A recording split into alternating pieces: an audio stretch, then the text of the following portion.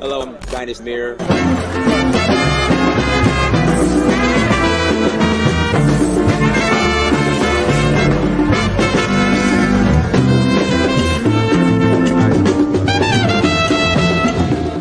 So I reached out to another friend of mine. I said, look, I need to go on vacation somewhere. Where should I go? He said, go to Africa.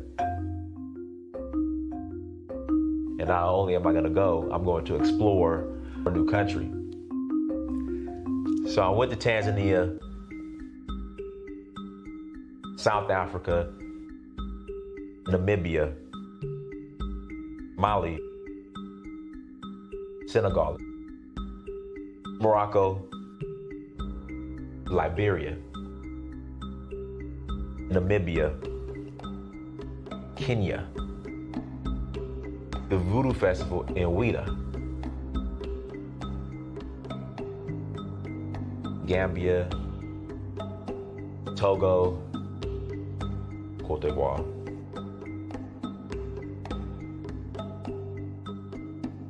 Sierra Leone, Ghana, Nigeria. It's been a beautiful experience, just learning more about our culture, our indigenous culture. So Uhuru means freedom in Swahili. I'm in search of my roots. In finding that, I would experience my Uhuru, which is freedom.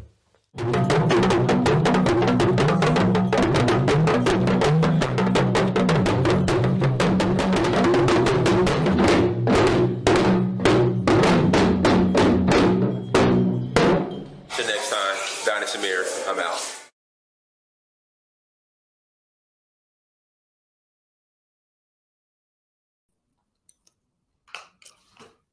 Peace, family. I hope all is well. Please excuse me. I was eating some popcorn before we went live. Wanted to grab a quick snack.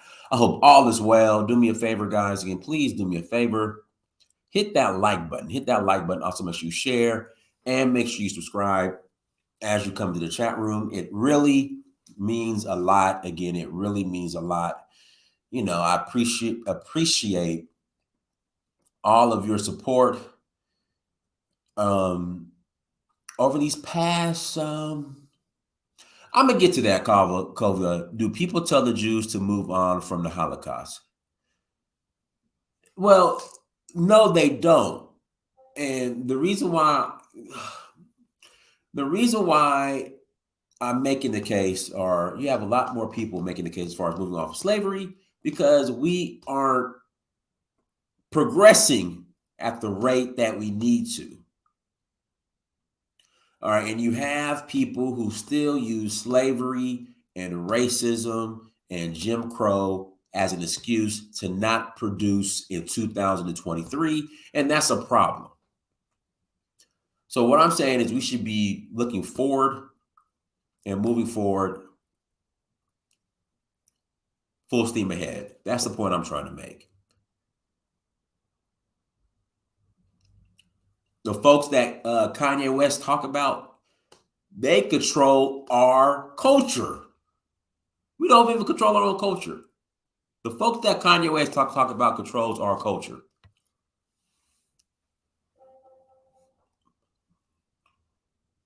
The folks that Kanye West talk about decide what trends and what doesn't trend. Meanwhile, in 2023, we still are using slavery as an excuse to not progress and advance. And that's a problem. That's why we should be moving forward, full steam ahead, instead of focused on the past. That's all. That's the point I'm trying to make, if that makes sense. And Kobe, you're more than welcome to call in. In fact, I'll put the link in the chat room. You're more than welcome to call in and add to the conversation. Again, you're more than welcome to call in and add to the conversation. It's to the point now, when I take my groups to Africa, I personally don't even want to visit the slave dungeons. I mean, we can. Like when we go to Senegal, we're going to visit Gorée Island. But Gorée Island is very nice. All right, at Gorée Island, it isn't just the slave dungeons that are housed there. You have shopping, you have eateries, you have restaurants, hotels. I mean, you have a whole Goree Island is very, very nice. But the story is the same. We were caught, stripped down, held in held in subpar and terrible conditions. Our asses were beat, women were raped, even some men were raped. Then we were sold, and we ended up here in America. The story is the same.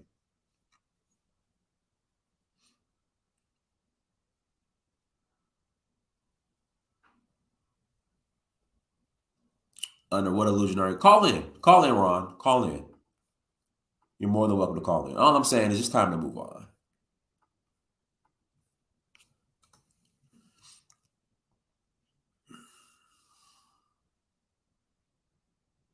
It's time to call in. Go ahead and call in. Links in the chat room, and you're more than welcome to contribute to the conversation. But I think we should be focusing on the future, not the past, because we focus on the past too much, in my honest opinion.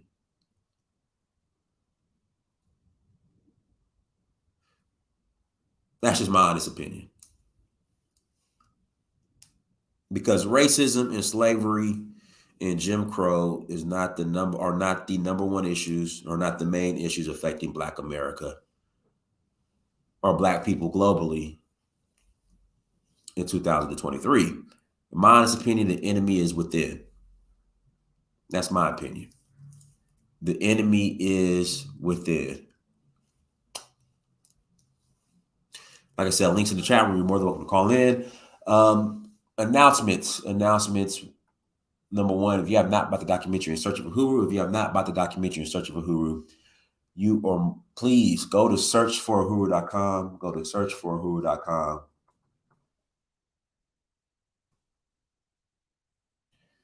and buy the documentary. Again, please go to searchforuhuru.com and buy the documentary.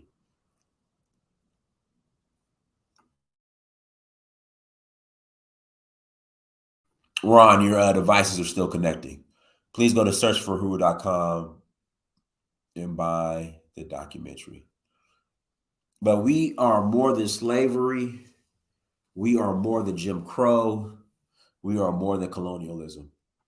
Go ahead, Ron. Hello, young man. How are you? I'm doing great. How are you? I'm fine. I'm calling in because, I just don't agree with your notion that you said about moving on from slavery. First of all, slavery has defined the world that we live in, meaning European people control African people all over the world. The governments that I don't buy that. I don't buy that. I know you don't have to. Wait a minute. Hold on. It's not about buying. Hold on. African people and Black people allow Europeans to control them. Excuse me, sir. I'm calling in as a guest to your show. You already made your case. Now let me make mine respectfully. That's not true. Europeans do not control. No. Let me speak. Let me speak. Go ahead. First before you respond, because you've already had your chance to make your case. So let me make mine. Okay. Hello? Go ahead. Okay. Europeans control African governments. They even constructed African governments. Okay? So this is not about forgetting slavery. Slavery and colonialism has created the social, economic, and political dynamic in which everybody, Black, white, Chinese, live in the world today. The African countries that you take people to for tourism has large wealth inequities in those countries based from slavery and colonialism. So it's not just something that you can get away from and overlook. Yes, some Black people have money. I'm a business owner. I have employees. However, I am well aware enough to know that this is not the case for everyone. Let me give you one prominent example. The most prosperous Black business in America, Worldwide Technologies, employ 1,000 Black people. That's the most prosperous Black business, Black-owned business in America. In the largest economically prosperous country in the world, employ 1,000 Black people. So if you're going to take that and extrapolate from that black people are on the rise, I think you need to do a lot more research, and you need to be a little bit more knowledgeable about things that you're putting up on your show, because that's not the case. Well, no one is stopping a black person from opening up a business and hiring people. Look, go ahead. And we should be focusing on the future, not the past. Because we focus on the past too much around this people. Am I still here or I'm gone? No, you're still here. Go ahead. Okay, young man. Okay, so let me respond to what you were saying. Just because anyone can open a business, that doesn't mean everyone can do it. For example, I have a business of 15 years. You know what no one ever told me when I was going into business? That every aspect of my business I would have to do with white people, because there were no black people in the corresponding businesses, such as getting my supplies locally and being able to compete with people locally to get my supplies for black people, because black people who had similar businesses were so far away, it wasn't economically feasible for me to do business with them. How's that the white man's fault? What does that? What do you mean? I'm not talking about the white. No, nobody's talking about the white man's fault. We're not talking about. So what does that have to do with slavery? About blame. That's something you brought. You brought up blame. I'm not talking about blame. I'm talking about the reality. Here's the reality: is that of the 2 million black businesses in the United States, only less than 5% actually have employees. Meaning, 95% of black businesses are just people working on their own. It's not really a business. So what does that have to do with slavery? Is that how? Well, I already told you how it has to do with slavery. Let's take it one step at a time. I was born in 1963. When I was born, my father, who graduated from college, was not able to go to college until 1965. Okay? Now, my father was born in the world that I live in today, that people that are my father's age had an economic, social, and political advantage over my father, which still remains today. Black people have no more wealth than they had at the end of slavery. Black people have gone to college in record numbers, and yet we don't have black people in employment in record numbers. So, Ron, let me ask you this: is it an effect of slavery, or just the fact that black people mismanage money and don't have life insurance policy? No, that's a white man's myth that if it comes out the mouth of a black man, you should always question his motivation. But let me tell you, first of all, let's get rid of slavery. Let's just get rid of slavery completely. Throw that out the argument. We're going to take the 100 years of Jim Crow, in which America was able to amass economic power from slavery, to dominate the world. United States is the #1 world superpower. The number two, like, for example, how many military bases does the United States have in the world? Do you know? Take a guess. I don't care. I know you don't care. It doesn't matter to me. I don't care. How many does China have? Here's how I know you don't care. Because everything that comes out your mouth comes out of a white person sitting on Fox News. I don't live day to day worried about white people and white supremacy. And no, you're fortunate enough that you're able to sell tours to Africa. Bravo for you. That's not the position of the vast majority, not even the vast minority of black people. And nothing is stopping them from selling tours to Africa. No, money stops them. Okay, economic situation stops them. What are you talking about? Nothing stops you. So nothing are you not talking about? But there are I didn't. But see, the thing is, I didn't come from wealth. I had to get out there and get it. What do you mean? Okay, explain in detail how you got out there and got it. Explain in detail. I went and got a job, a sales job. Okay, you got a sales job. So what were you selling? Hold on, because the devil is in the details. What type of sales job did you get? I worked for a company called Centos. What was the product that you sold? I sold toilet paper and paper towels and cleaning service. You sold toilet paper. Okay, so how long did you sell toilet paper for? I worked for Centos for 8 years. Okay, so in the 8 years that you worked for Centos, how are you able to transfer that from going from Centos to your own business? The money I made at Centos, I put it in. I risked it on myself. You risked it on yourself. How? What specifically did you do? What do you mean? The money I was making. I'm asking you, what did specifically, I'm being specific here. What specifically did you take your money and invest in so that you can have a business? I took And my how much money money did you amass in saving 8 years working at Centos? in my 401k, probably a little over $100,000. Okay, so you worked for a sales company and you put $100,000 in your 401k and risked it all for business. I Okay, risked it all on maybe myself. that's, now here we go. Here we go. See, that's not a model suitable for anybody or everybody. That's unique to you. Yeah, but you're making You know, excuses just now. like me. I'm You're making excuses now. You're making no, I'm excuses. not making excuses.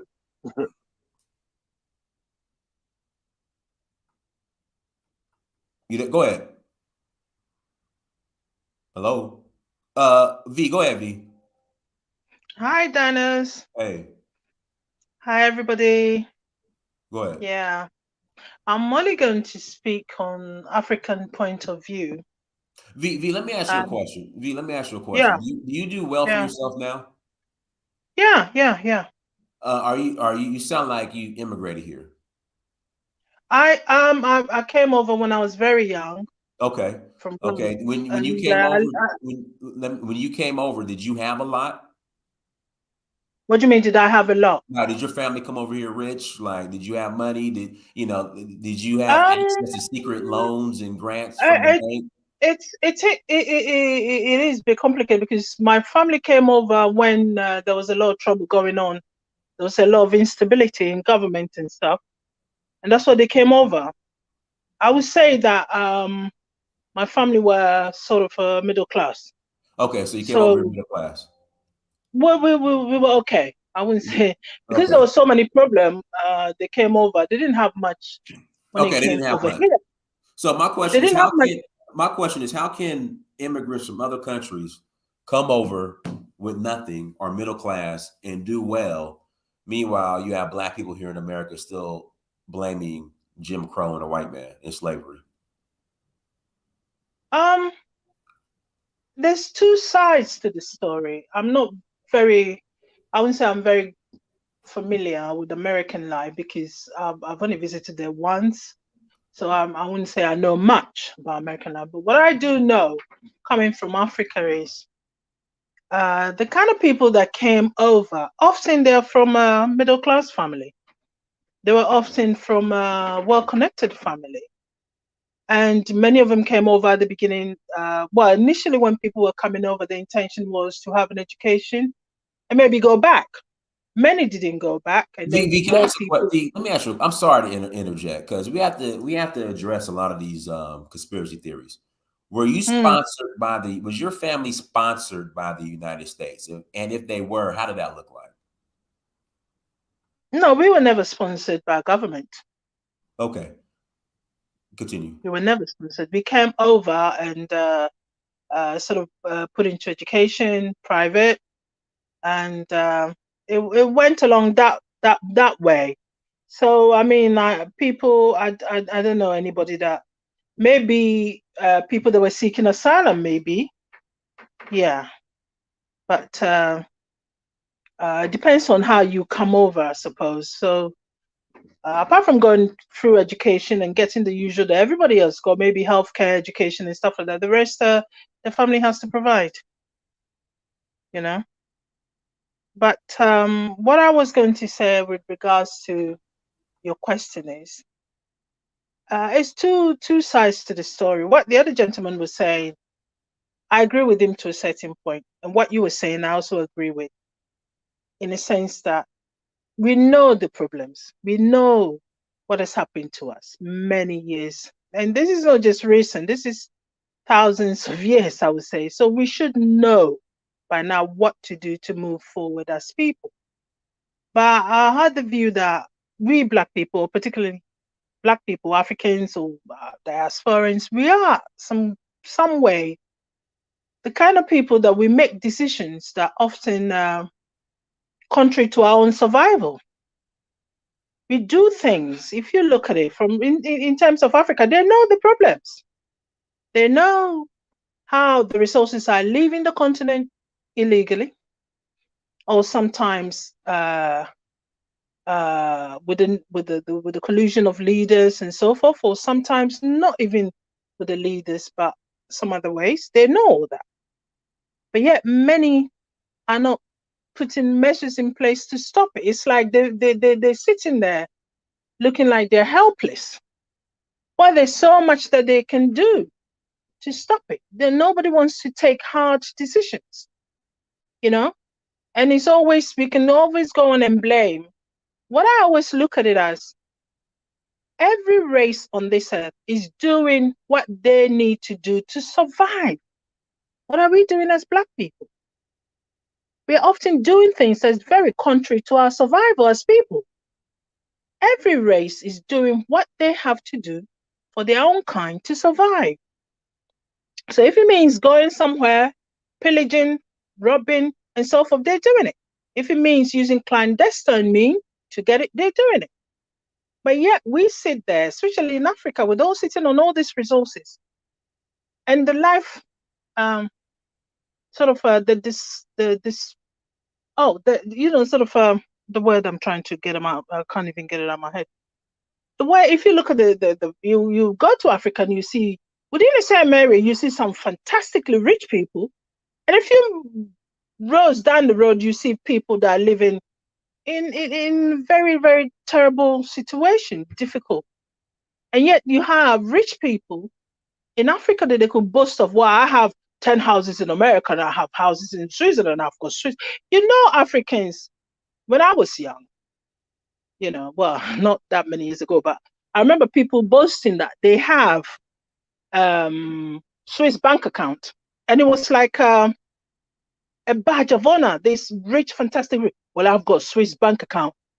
And some of them, you know, because the money was leaving continent clandestinely, they were doing all sorts of this. And some of them died and the money just disappeared. Their family couldn't even trace it.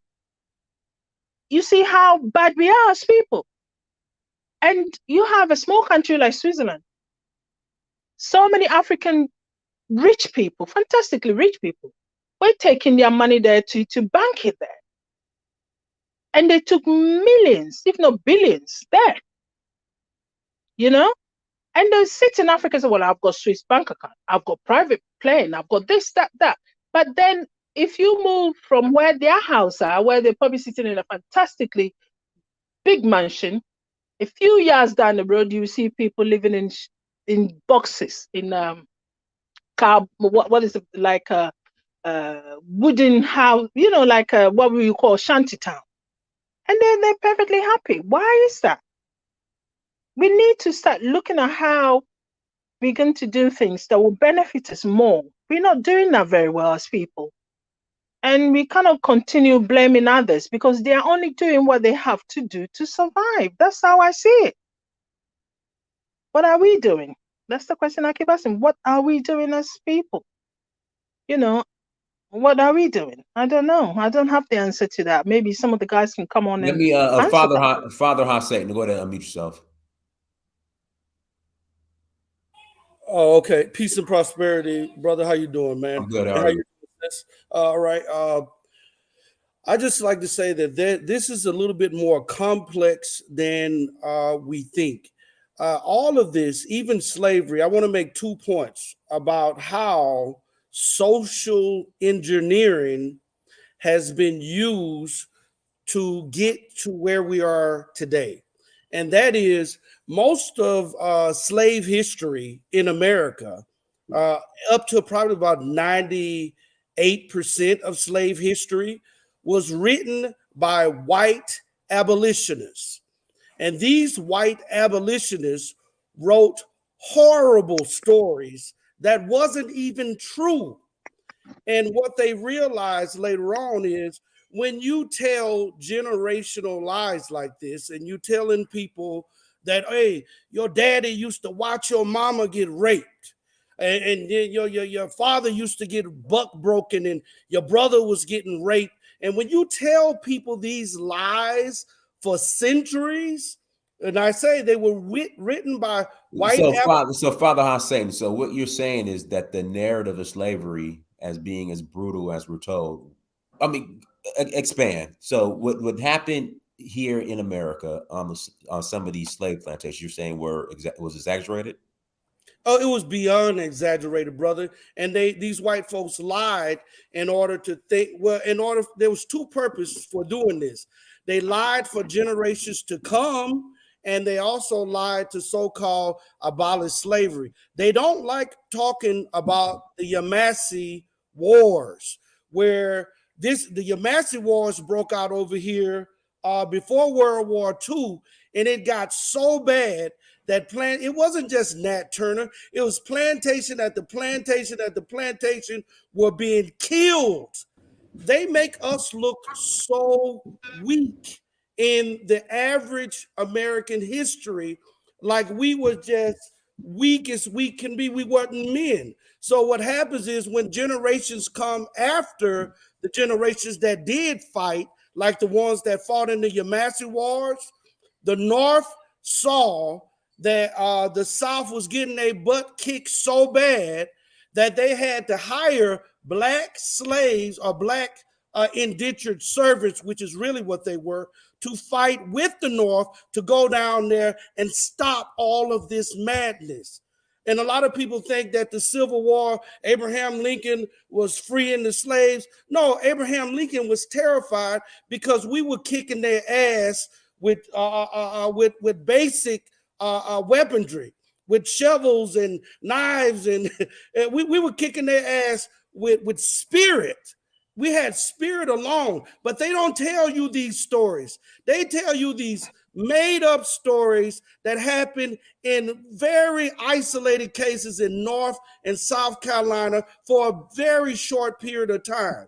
And they decorated with like for example, the guy who wrote Roots, they say it was a black man who wrote Roots, but it wasn't. It was a white man who wrote that terrible story. These stories today, and you see why the brother today believes, yeah, if the stories were that terrible and they were that bad, yeah, I can understand why we were under such levels of submission. But the truth of the matter is, we were what Columbus said. We were such a kind-hearted people that we had when he first got here, some of us was already here. And he said that we were so kind that if we asked for the cloak off our back, they would give us the shirt and the cloak.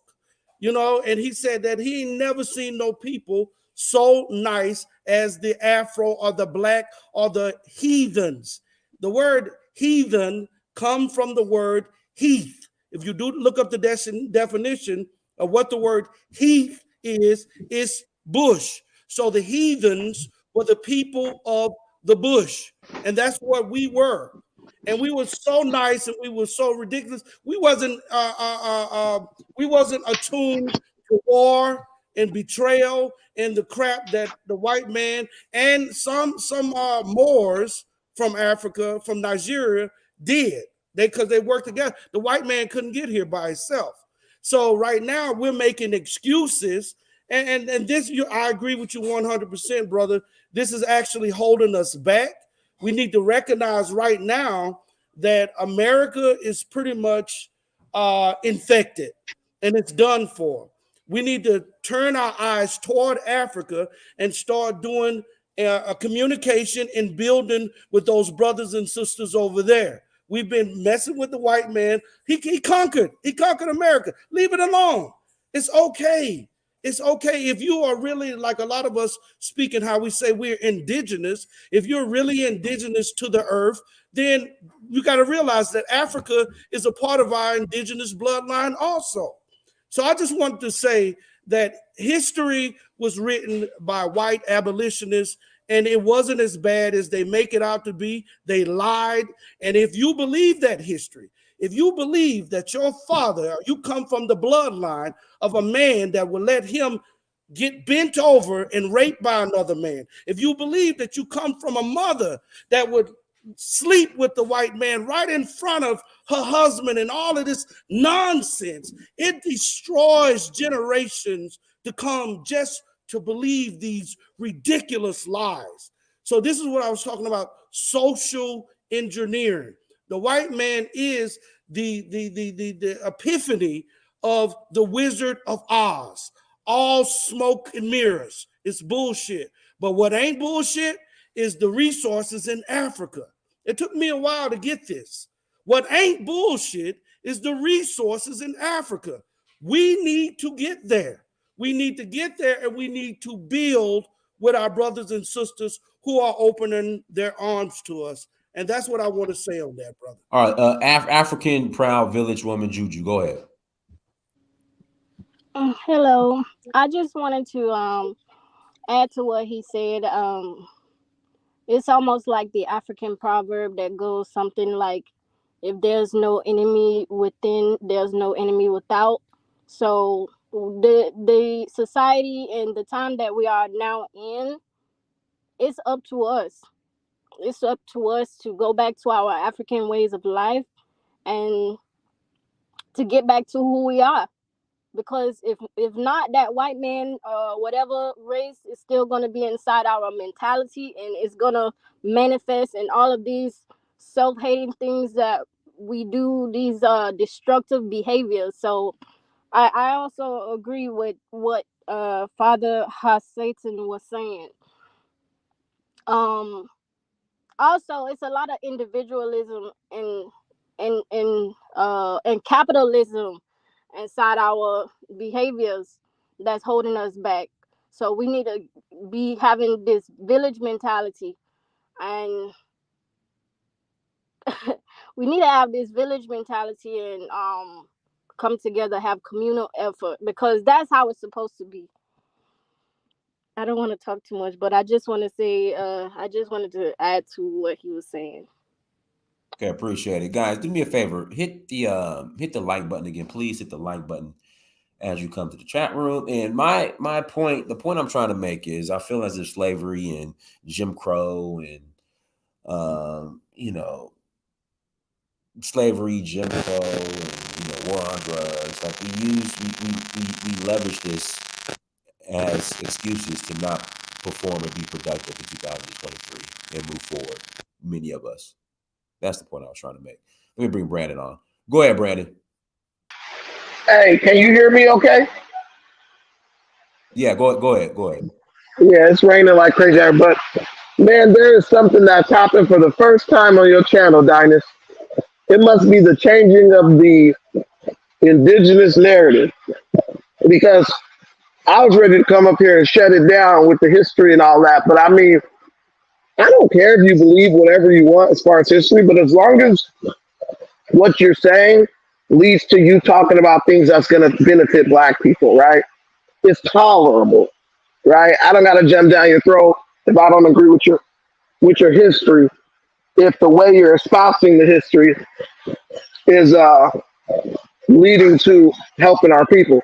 But then there's kind of a dilemma there too, because it's like, you think, how do we get to the point of all these pseudo historical, ahistorical, and pseudo historical perspectives coming about? And it probably was a slow slide from things that actually wrapped around back to our unified message into things that totally became divisive. But ultimately, one, I love capitalism, best thing ever, proven to be the fastest vehicle from poverty to wealth across any country on earth ever in the history of existence. Second, slavery is over, right? It ended a while back. Now people are making decisions that lead to the results that they don't like. And the more we talk about slavery is just more of an excuse for a group of people to continue to operate in a way that is destructive to their community and blame somebody else for it. I was talking about this on my show last night. I brought my daughter on. I said, how much do you guys talk about slavery? She said, we talk about it in class. She said, but the kids, the students, we really don't have much to say about it. Our children don't care about slavery anymore. Slavery is not a psychological impediment for them anymore. And if you are a person who puts that trauma on them, you are a traitor to your race. because no one willingly and knowingly handicaps their children when they know that their children are entering into a world or coming up in a world where the competition is is out of control, right? The complexity is beyond belief. Our kids at this point have a greater understanding of technology than we ever will.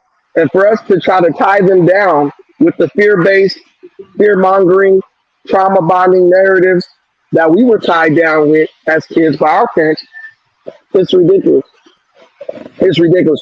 So let the slavery narrative, remember it. You don't have to forget, but let's make a day where we remember slavery and leave it there, like every other culture does with their trauma. They make a day to remember it, honor it, and then they go on about their business. Hey, brother Pan Africanist, I just want to respond real quick to something you said. Hey, real quick, let me pass it to other people first, because okay, oh no problem. We're limited on time because I have to go pick up my son. I should have did this show earlier. Let me pass it to Zulia, then I'll pass it to Lumumba, then Ron Hall. Go ahead, Zulia. Yo, can you hear me? Can you hear me okay? Loud and clear. Yeah. So basically, my dad's from the Caribbean. I was born and raised in the UK. I just came back from Martinique last week. And there's loads of slave, historical slave plantations and all this stuff. And, man, I just didn't even go, man. And it's not because I'm not honoring the ancestors, man, but I've seen it. We need to break away from that type of psychological hold. It was a terrible thing, no doubt about it. We should remember it, but we shouldn't let that be used as a stick or a wound that anyone could just pick at, and then you start bleeding and hurting yourself more than it should. And I do agree that we should all try. The Caribbean descent. We should all try to not let that be a stick that people could hit us with or try to emotionally rile us. If someone calls me the N-word, I'm going to say, well, guess what? This N-word's right here with you. So obviously you've clearly done something wrong because, for my ancestors were slaves. Okay, fine. But here I am with you. So what does that say about you? How are you doing? You know what I mean? So that's what I think about it. And that's how I feel about it. All right, go ahead. Lumumba speaks. Go ahead. Peace, brother Dynus. I'm at you. You stated we sent that message, so we back on it for next year. For next year, I ain't worried about it. That's cool, easy money. That's easy money. It sounds good. It sounds good. Sounds good. See me in the weight room though. If it's easy money, all right. Listen, Lumumba. Listen, let me tell you what Lumumba does. Lumumba uses those bumper plates to make it look like he lifted heavy weights. So he really be benching 205. But he uses those bumper plates to make it look like he's big. How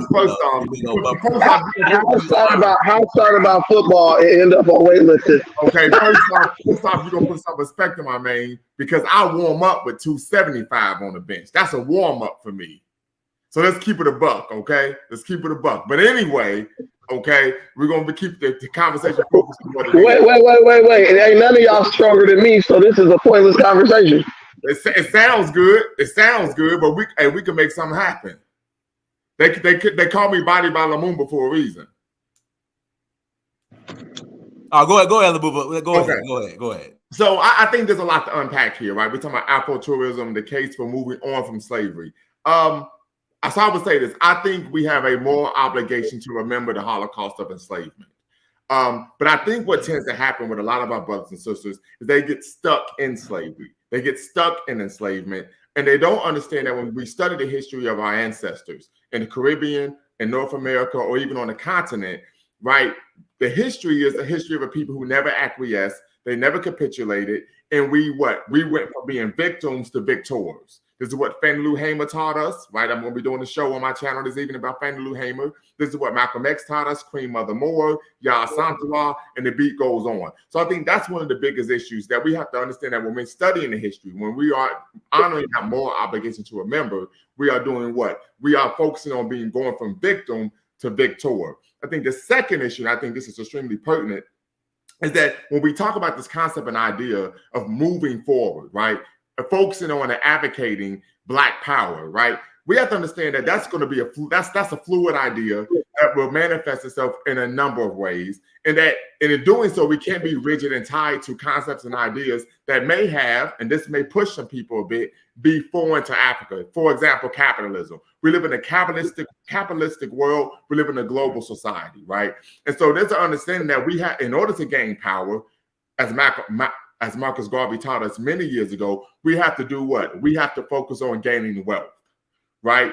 And so to do that, we have to become producers and not just consumers. I'm familiar with the work of the late, great Dr. Amos Wilson, who talks about that oftentimes we find in our communities are pseudo-nationalists, pseudo-Pan-Africanists, and in which we want to praise the pyramids of yesteryear, of antiquity, but we don't want to build pyramids today.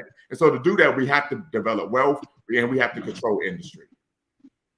All right, Ron, go ahead, Ron Hardy. We'll pass it back to Brandon. Go ahead, Ron Hardy. Yes, sir. Sorry about being so loud the other time. I didn't know how I was registered on the phone. Okay. If you take your name of your show, search for Uhuru, and then you have the other gentleman there who's the Pan-Africanism Fights Back. Both of you gentlemen basically name yourselves in connection with Africa for Black Americans, which is past slavery. And there's a reason that you do that, because you want to be connected with who you are and the history of who you are. So ignoring the importance and the realities of slavery in your life is no different from somebody calling themselves Search for Uhuru or Pan-Africanism Fight Back, because both of you guys, I've heard both of your shows before. I assume that you are African-American, born in the States. I don't know, but I also know that immigration is basically an economic uplift policy for immigrants. When you come to the United States, hold on, let me speak. When you come to the United States, the State Department selects you based on a condition of several factors. They take your wealth, your business ties, the loans, the money you have access to, the property, and they select the best people. They just don't let everybody come to the United States. So immigrants from everywhere who come to the United States, they get an economic boost just by coming to the United States. They can take American currency, send the money back home, build their home, and the African American living in America can't even do that living in America. Oh, yes, they can. They wanted to. They choose not to. They choose not to. They choose not to. You're mixing apples and oranges. The U.S. dollar spent in the U.S. Who's trying to talk over you? You're not entitled to your own facts. Look, I'm not. This is not about my own facts. Here's a fact: the American dollar is less. Okay, the American dollar is the world. So that means when you come to McDonald's, when you come to America, somebody gives you a McDonald's job, you can actually enrich your family back home by sending them remittances. That's a fact. That's not a fact. I'm not saying that's not a fact, but I'm talking about what you said, that African Americans are unable to build their homes in America. That practice. Ron, let me ask you. Sure. Let me ask you a question. So when an immigrant sends remittance back to his family, does that absolve him from the expenses that he incurs while dwelling in America, just like everyone else who lives in America? No, it does not. All right, so he's willing to make a sacrifice. He's willing to take away from what he could be doing in America to send some back. How is it that? Hold on. But there's something you're omitting. Wait, let me ask you. You are omitting. There's something you're omitting, which is usually the case talking to people like you. What you're omitting is most immigrants who come to the United States have more wealth. Hey, Brandon, you got a lot going on in your background, brother. Excuse me. That's what you're omitting, that most immigrants that come to the United States have a source of wealth in their own country. That's even not before true. coming That's here. not true. That's not true. So you're telling me that the Nigerian guy. Wait. So you're telling me that the Nigerian guy. Wait, listen. I'm not even worried about it. Listen real quick. So you're telling me that the Nigerian guy who works as a security guard at the Ralph's by my house, who won a lottery and was allowed to come to America based on a lottery. We're not talking about one person, sir. We're talking about the vast majority of Nigerians that come to America are economically more prosperous than the average African American that lives here. They get educations over in Britain, some of the best education in the world, to come to America to start businesses. This is not true. No, that is true. This isn't true. That can refute what I'm saying. It just because you have a show, that doesn't make it your word the law. So why don't the wealthy Nigerians why don't the wealthy Nigerians that are here not just bring their whole family to America so they won't have to send nothing back, and they can say, Wait a here's your minute, opportunity. I don't got to give you nothing. Just go get there's your a own. reason. No, here's a reason why they do that. First of all, even in Nigeria, the richest black country in Africa, 2/3 of the people are poor. 2/3 of the people are poor. Okay, so let's not talk about how wonderful Africa is. Africa is affected in a Nobody different way. said Africa was wonderful. Now you're showing that you're emotional. Let me make my point. You have a whole television show that you get on and make the same point all the time. So let me make mine. I never call in. This is probably the first show I've called in. And now we see why. So be quiet. Okay.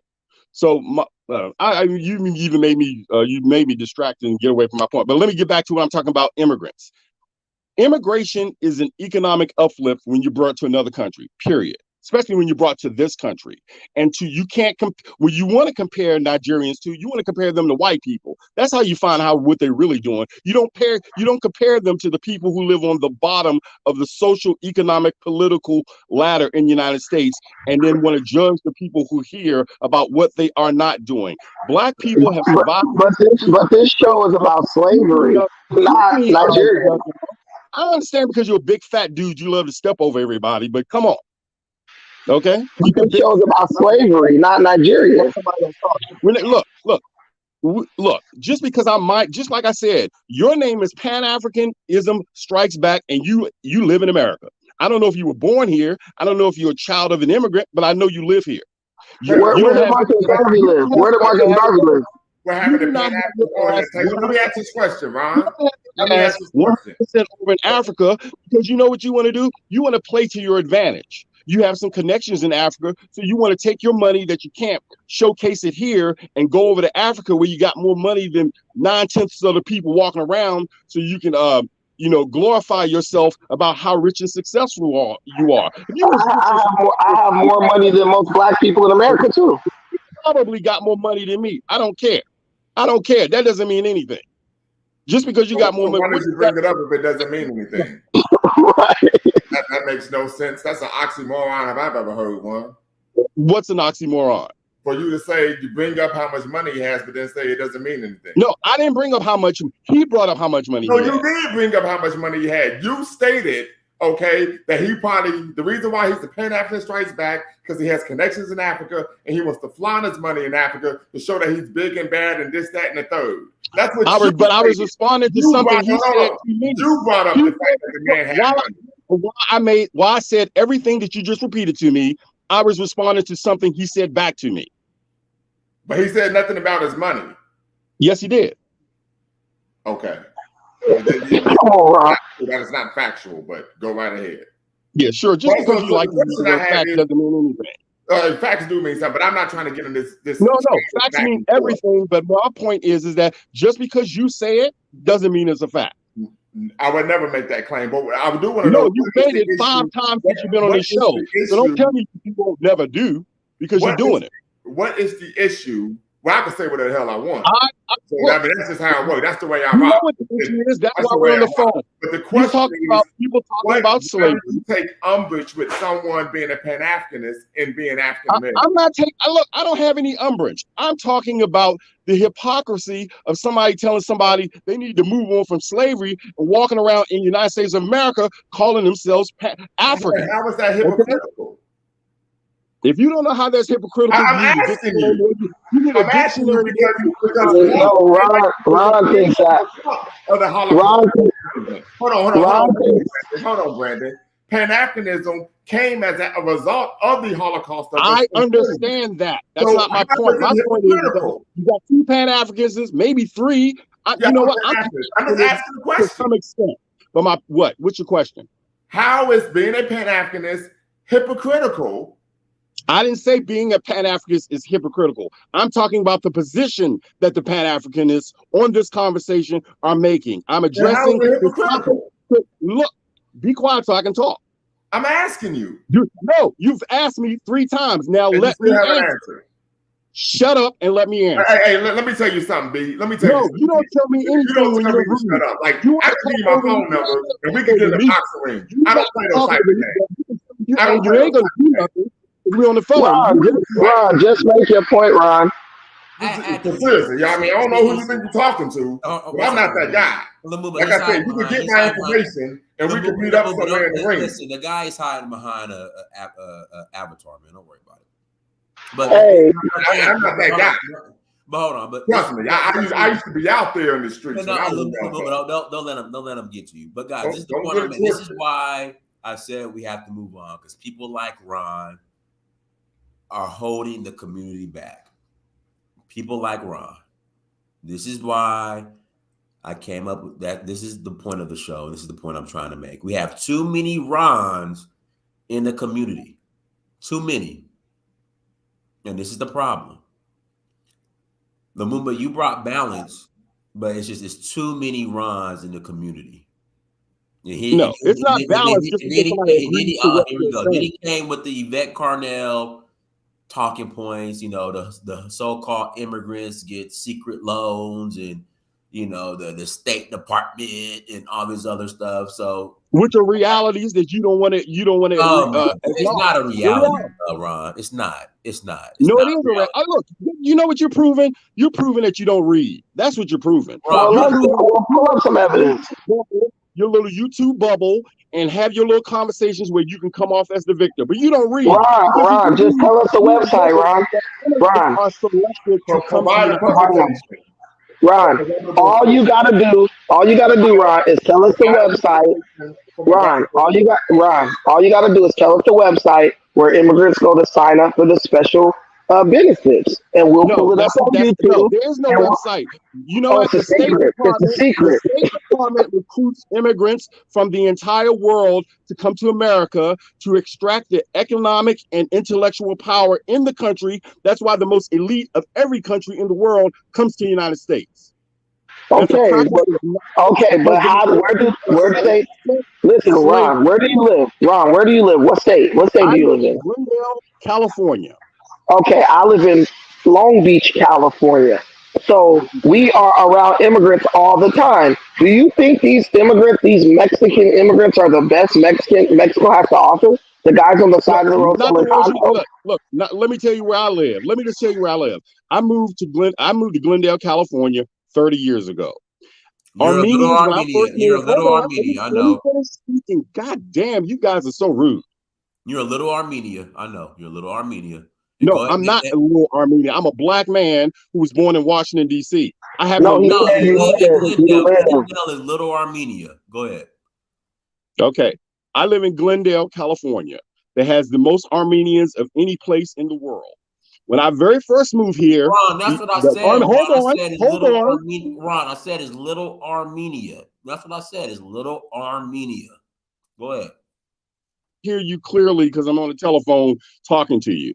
However, and I don't do this also anyway, when I moved here 30 years ago, Armenians had no political power in Glendale. None. They were, matter of fact, I used to be a manager for a Red Lobster here, and the employees used to tell me, the white employees used to tell me to quote unquote, watch out for the Armenians. Here it is 30 years later, and the Armenians politically dominate the city of Glendale. How and why? How and why? I'll give you. I'm doing that. I'm in the process of doing that. They control the politics in Glendale. They enrich the other people. They give Armenian. You can go in a place, you won't see any black people. You won't see any white people. You will see full of Armenians. Right. They enrich each other, and they've taken over the city of Glendale to where they run it. Now, my point is that there's no black place in California. Okay, so Ron, let me stop you. Ron, let me stop. Hold on, Brandon. Ron, let me stop. Okay, I'm stopped. Ron, let me stop you. So why didn't black people do the same thing in Compton and South Central and Inglewood when they were? Very simple. See, it's very simple. Here it is. Slavery. Here it is. You let me speak. Here it is. All immigrants are replacement vehicles for African Americans. All immigrants, meaning that after slavery, Americans wanted cheap labor still, but African Americans had fought for the right to get equal pay.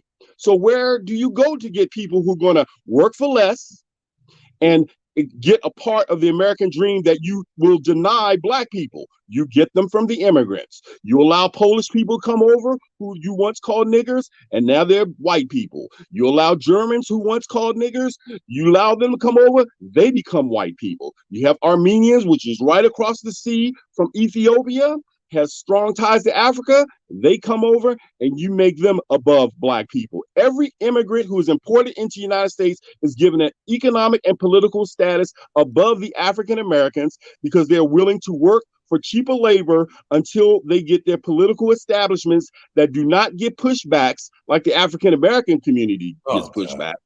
Meaning that hey, let me ask after 24 years in the United States, after Ron, you made your point. You made your point, man. You get it. But we live in California. Three out of the 6 council people in my city called Long Beach are black. The mayor of Long Beach, Rex Richardson, he just got elected. He's black. If black people wanted to do this stuff, they could. They don't want to. See, here again, everything comes out your mouth. You're omitting something, an important truth. Here we go. Mayors are not the final say-so when it comes to the budget and administration. But what about the council people? No. They're not they're under the mayor. What are you talking about? Listen, Ron. No, it was my turn. Ron, it was my turn. Ron, you know what? Let me make this point. You made your point. Ron, let me say this.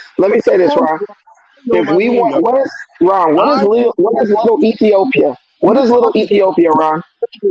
Because you don't want me to say what I'm saying. Ron, you live in LA. What is little Ethiopia? I just said it. You don't look, let me say what I'm saying. Mayors don't control. Mayors are administrators. They go by the programs that the government has them. Hey, hold on, Ron, not to interrupt. Guy, I'm so sorry, not to interrupt. So listen, I have to pick up my son. Y'all can keep rolling, and I'll be back in like 35, 40 minutes, or we can end the show. It's up to you guys. Well, we can end it because I just want Ron to tell me what is little Ethiopia and black people saying. Pan-African. I tell you what, you hold an invite Ron Hall show. I'll come on your show. We can have a conversation. You got a show. You got a show. You got a show. You got a show. You got a show. You get to talk over me and mute me. Hey, I don't want to talk over you or mute you, but the thing is, Ron is just not being 100% truthful with what he's saying. Those Armenians carved out a space for themselves in Glendale and West Hollywood because they came together and practiced group economics. And through group economics, they were able to fund political candidates who ran for office. It's simple. Black people in California do not want to do that. We want to jump behind white politicians. We don't want to live near each other. That's why you moved to Glendale and you didn't move to South Central. See, you don't want to be in the ghetto, right? That's where a lot of black people live. Why? Because white people know. Because we made it ghetto. It used to be peaceful. It used to be nice. We made it ghetto. We had great jobs. People worked as longshoremen, drive to South Central LA and have a home there. Brandon, can I interject? I'm sorry. I'm so sorry to interject. No, you good. But hold on. I'm going to give you a prime example. I was on Brandon's show months back. Ron, let me ask you a question. How old are you? Ron, how old are you? Ron. Okay. I was on Brandon's show.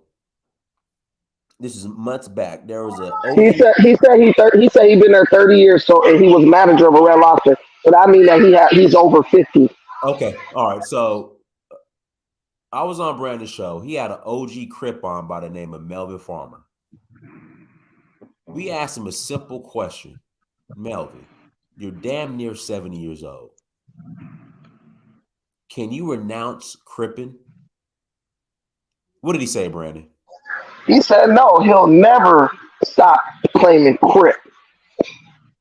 I want you to name another group of people, or let's since you brought up Armenians, name the Armenians who have name the Armenians that have just adopted a gang culture and refute that has torn up their community in Little Armenia, and at the age of 60 refused to renounce it. First of all, okay, am I speaking? You're speaking, and listen. Okay, Hold so on. here we go. Hold on. I'm gonna let you speak. I'm Am I about to head speaking or out. not? Am I World being image. Unmute yourself interrupted real quick. before I even speak? Hold Am on. I Hold on. speaking? World image. Unmute yourself. World image. Yes, sir. All right. So I'm gonna bounce out. I'll be back in like 35, 40 minutes. Is that cool? Yeah. We cool. I guess Pan Africanism can take over and You guys Okay. got to I'll be stop back. being so Okay. Go ahead, loud. Ron. Go ahead, Ron. I'll be right back. No, I'm We should be done. able to discuss. We should be I'm able done. to You guys discuss as talk. men. Peaceful.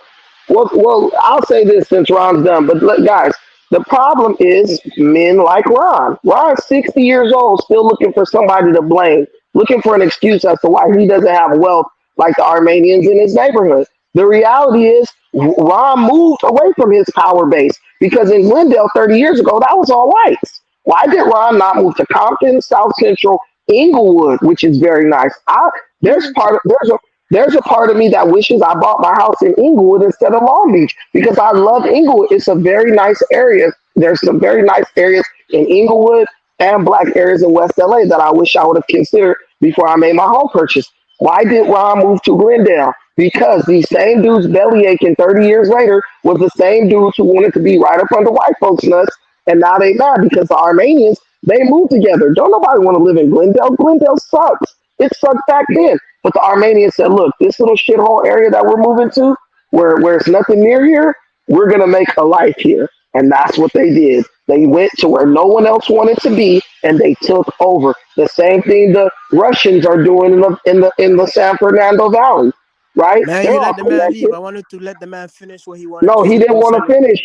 He said he was because you done, guys bro. keep interrupting him. You guys have to let No, people finish their thought because he has a point to prove. Whether we like it or not, we need to let people finish what they're saying. We're here to learn from each other, whether we like it or not. He didn't get to finish his thought, so he's frustrated, he's upset. He feel like everybody's cutting him off, you know? Because I wanted to hear what his point was. I still didn't get to hear what he wanted to say. well, if you were here earlier, Ron made his point very clear. And when Dinah said, Ron, go ahead and talk, he said, nah, I'm done. And he logged off. But Man, go Hi, ahead, whoever want to talk. Go ahead, whoever want to say something. so oh what we hi, talking about? go ahead. I just wanted to make I'm not sure what you guys been discussing, but I've been on like 30 minutes now, 20 minutes. So with the title, like, No, Dinus. Well, when I came on, Dinus was talking about. I think his focus was more about America, how people sort of use slavery as a means of not moving forward, and he did have a little bit. I forgot what he said about Africa, but I came in to talk about how we Africans are behaving down on the continent. What we too are not moving forward, and I took the point that most of it is our fault as well because we know what the problems are, but nobody seems to be coming up with solutions to help solve many of our problems. And the gentleman that just left, he was talking about he came in talking a lot about immigrants, but I come from an immigrant background, and not in America, in Europe. But what he was saying regarding immigrants getting everything when they come over, I think that's a bit unfair. And he was talking about also saying that immigrants come in and they work and they do send remittance home. It is true. But what he also fails to uh, recognize is regarding immigrants, regarding capital leaving Africa, huge sums of capital also leave Africa every year, and many of it end up in the developed world. You see? So even if an African is working here and sending remittance home, it is small in comparison to the capital flights that leaves Africa that comes to, say, Europe and America. So often when people are saying, oh, the immigrants are coming in and taking over everything. No, it's not that accurate. No. Many immigrants I know come in to get an education. Most of them do come in, yes, come for an education. And also if some come to better their lives. Now, when they come, as Brendan was saying, they do work together. because they know that they have to rely on each other in order to survive or move forward. So you can't blame the immigrants for doing what they want to do, they can do to survive, you see? And it is unfair to often blame immigrants for everything that's going on in these many things that's going on in the society, because I think immigrants are unfairly tagged. Many of them come. To be honest, I kind of see what he's trying to say, because America is set up to the point where right now America doesn't want the black man and the black woman in America, but they can't get rid of you guys or the blacks in America like they would have if it was in the 1400s. They would have just slaughtered everybody, but they can't do that now. So they find ways to misplace the blacks to have them in a way that they will self-destruct. So in some ways, I understand what the man was trying to say, because that's the agenda, to have you in a position where you self-destruct, right? For example, the crabs in the bucket analogy. Now we know the crabs don't live in the bucket, so somebody placed them there. So the ghettos and all the areas that these black people live, they were put there. They didn't design the place. They didn't set it up the way they're living in. You understand? So all these things, I understand what he's trying to say. So there's a frustration on them when immigrants come in, and then they're given the upper hand above them, because again, the system is saying, we don't want you, we don't need you, because the black man and black woman reminds these people of who they are, and they don't want to remind themselves of who they are, because when they see the black man, they remember themselves, and they don't want that. It's a scar on their conscience, so they want to find ways to get rid of it. Now, the African and continental African and the black in America, there's no real difference, but they know the difference. They rather be with the African because he don't really care about none of that stuff going on. He can deal with it. But the black man is going to remind him, hey, you did this. You're a piece of shit. You're a devil. They don't want to deal with that. You see? So I kind of understand what he was trying to say. So I don't know. Maybe we can just a second. Yes, Both of you guys talk. So what I want to say is, what you're saying is accurate to an extent, but I really believe that you need to look at it from more of a macro perspective, because the reality is, when this guy Ron is talking, he's just lying. He's just being totally dishonest, and because you guys sympathize with him, you guys are kind of like trying to see his perspective and argue with it. The reality is, 30 years ago, when Ron was 20 and he moved to Glendale, California, 30 years ago, think about it. Just use your whole brain and your understanding of history to think about where black people were 30 years ago in America.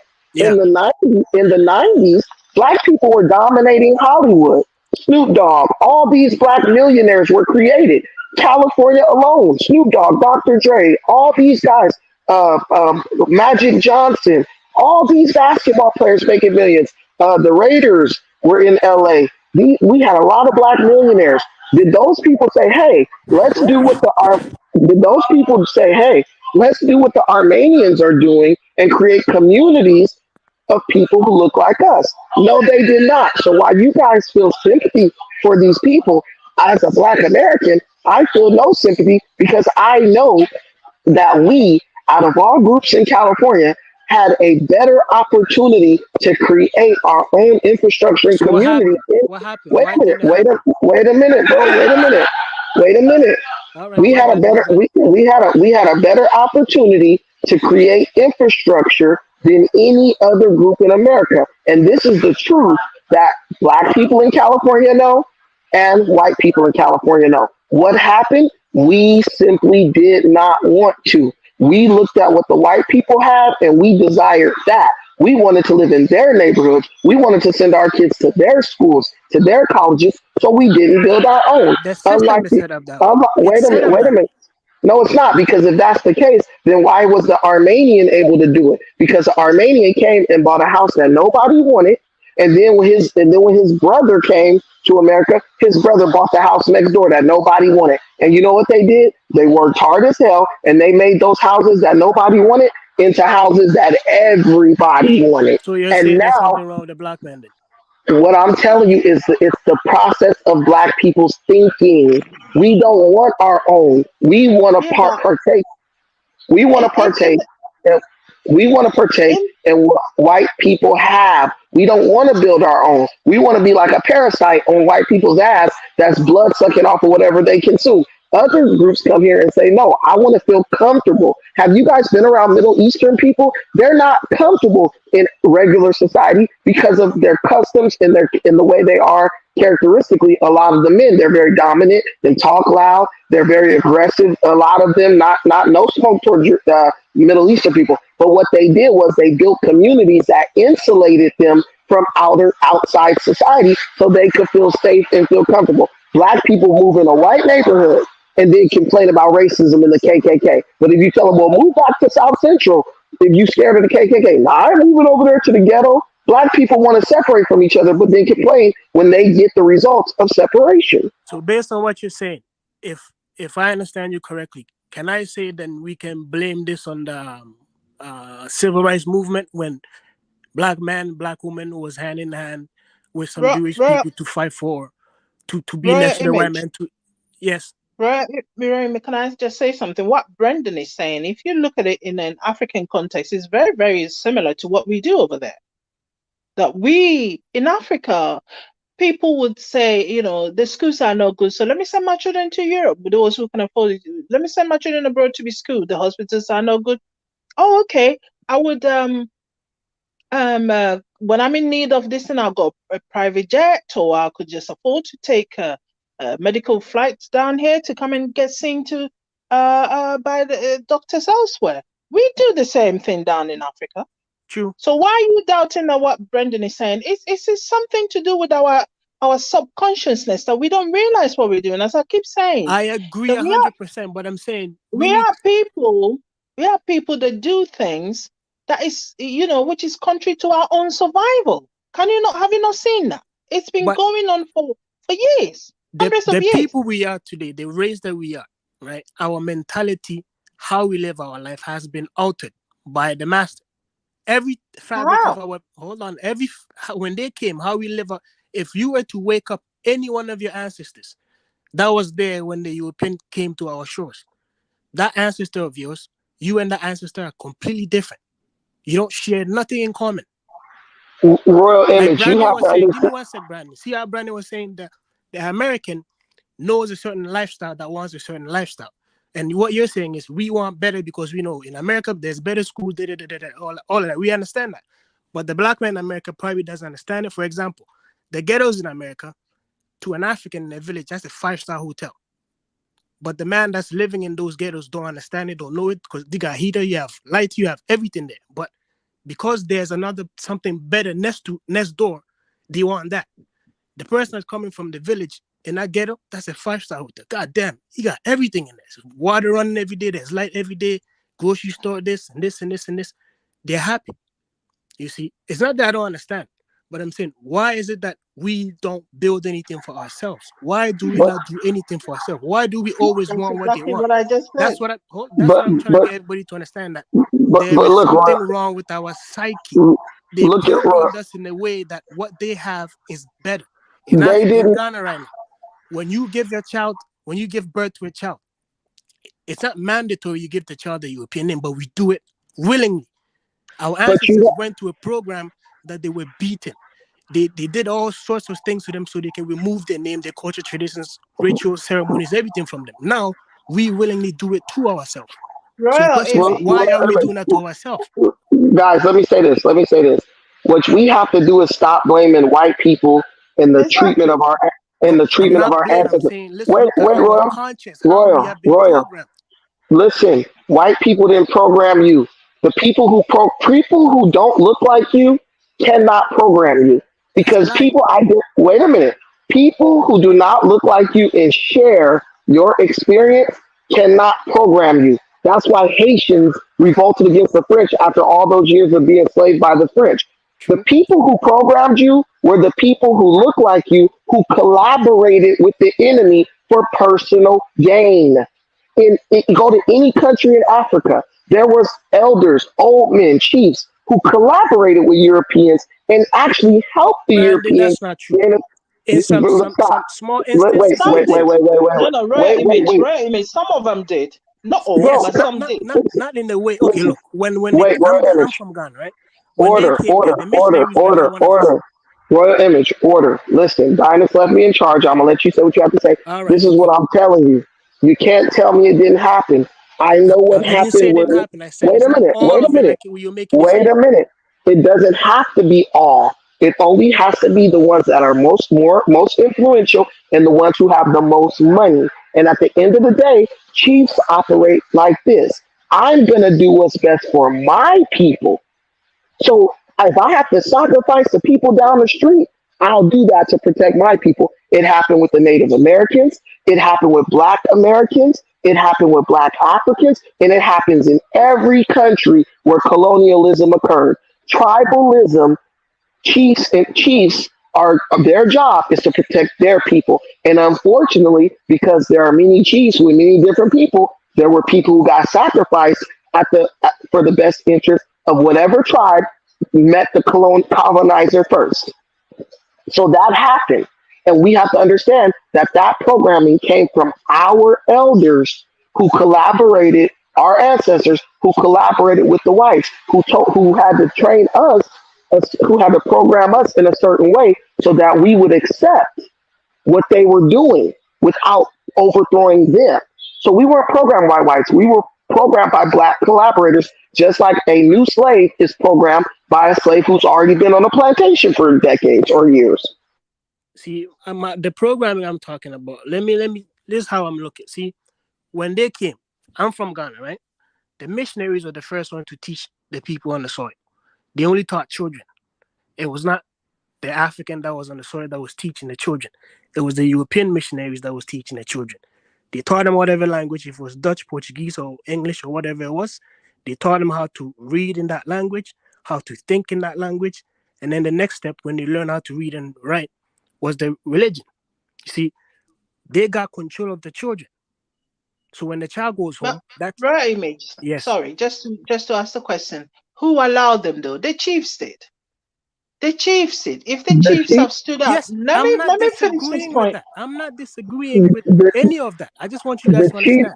See, the these chief people, sent his we keep. kid. Hold on, The Randy. chief 1 sent second, his please. kid to the missionary school, and when his kid came back knowing English, he bragged about it to the other No, people in the no, it tribe. wasn't that time. See, we keep. See, these people we're talking about. Everything that they did, everything that they're doing, they thought about it hundreds of years ago. They didn't. It's not coincidence. It's not accidents. They know what they're doing. They know everything about us because they've been studying us. We need to understand that. We keep thinking, this just happened. Nothing just happened. They know exactly what they're doing. They They're know not why they studying. wanted to teach only their children because they understood, okay, in the next 10 years, these are how they're going to be, right? You start from kindergarten to middle school to high school, college, university. They know all of that.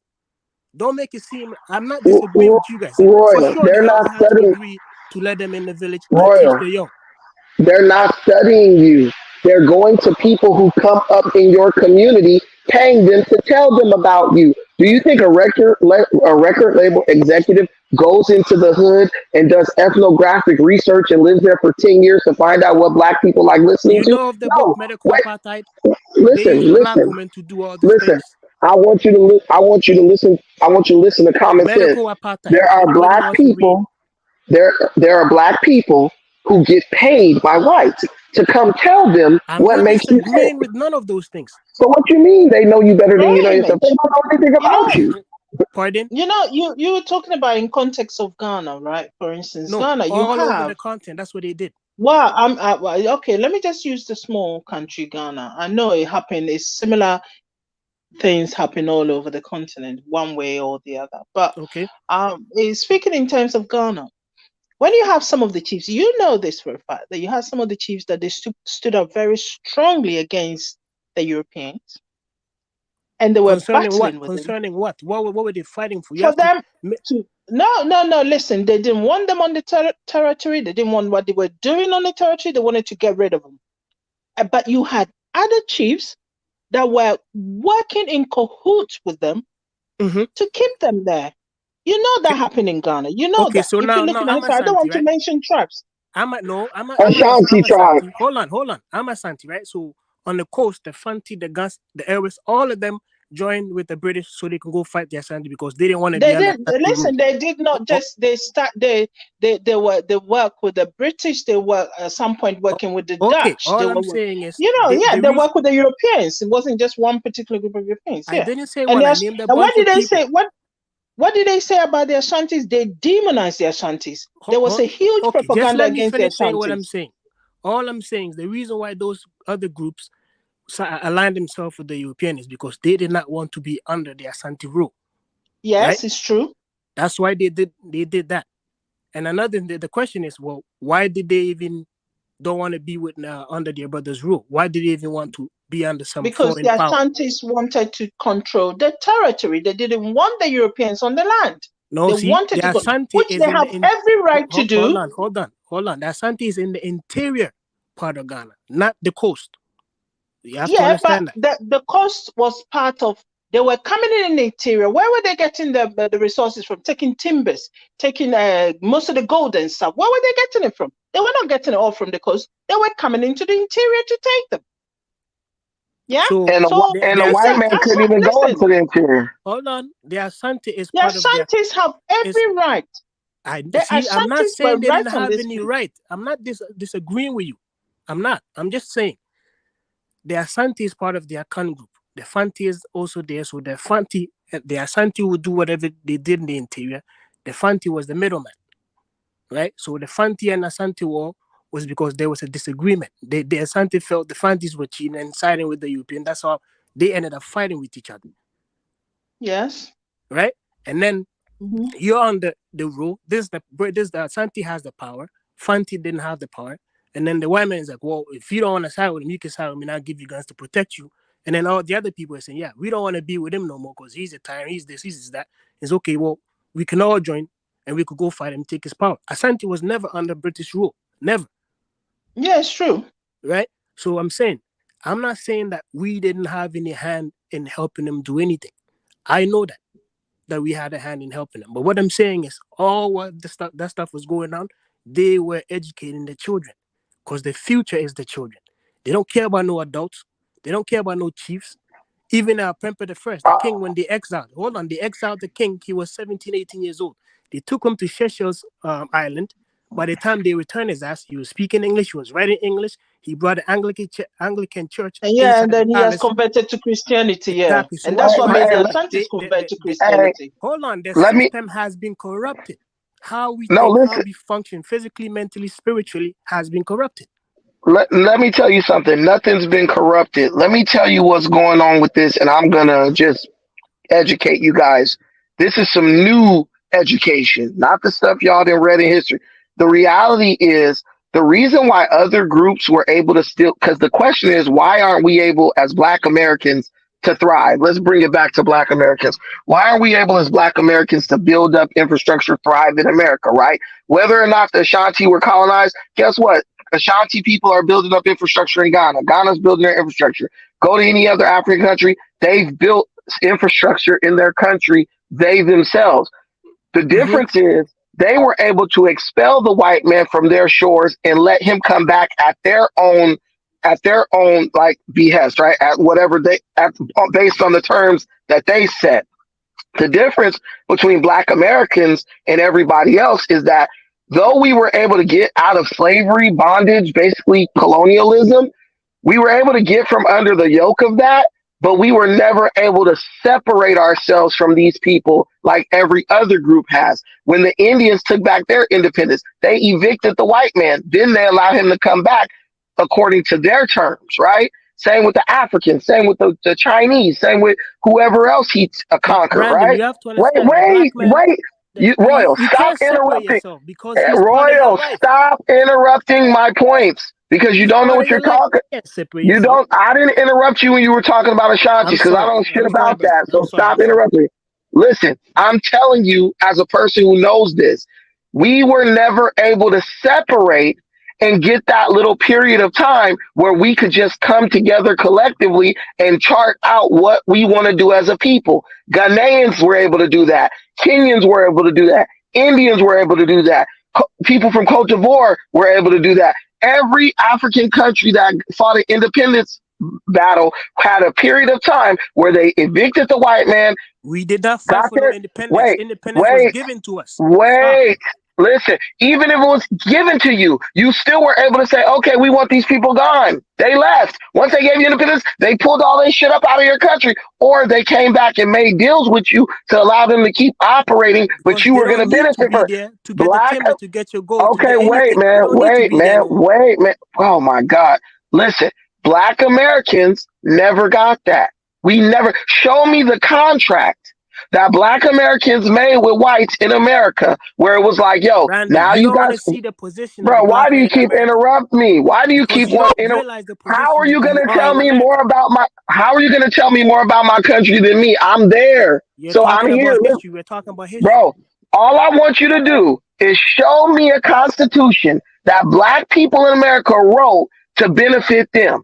Show me a constitution written by black people in America that we wrote to benefit us. How Every would you African, write anything in America? And why this would is you what, write anything in if America? you would shut up for 1 second, this is the point I'm making. You don't run the African country. country, You don't control nothing there.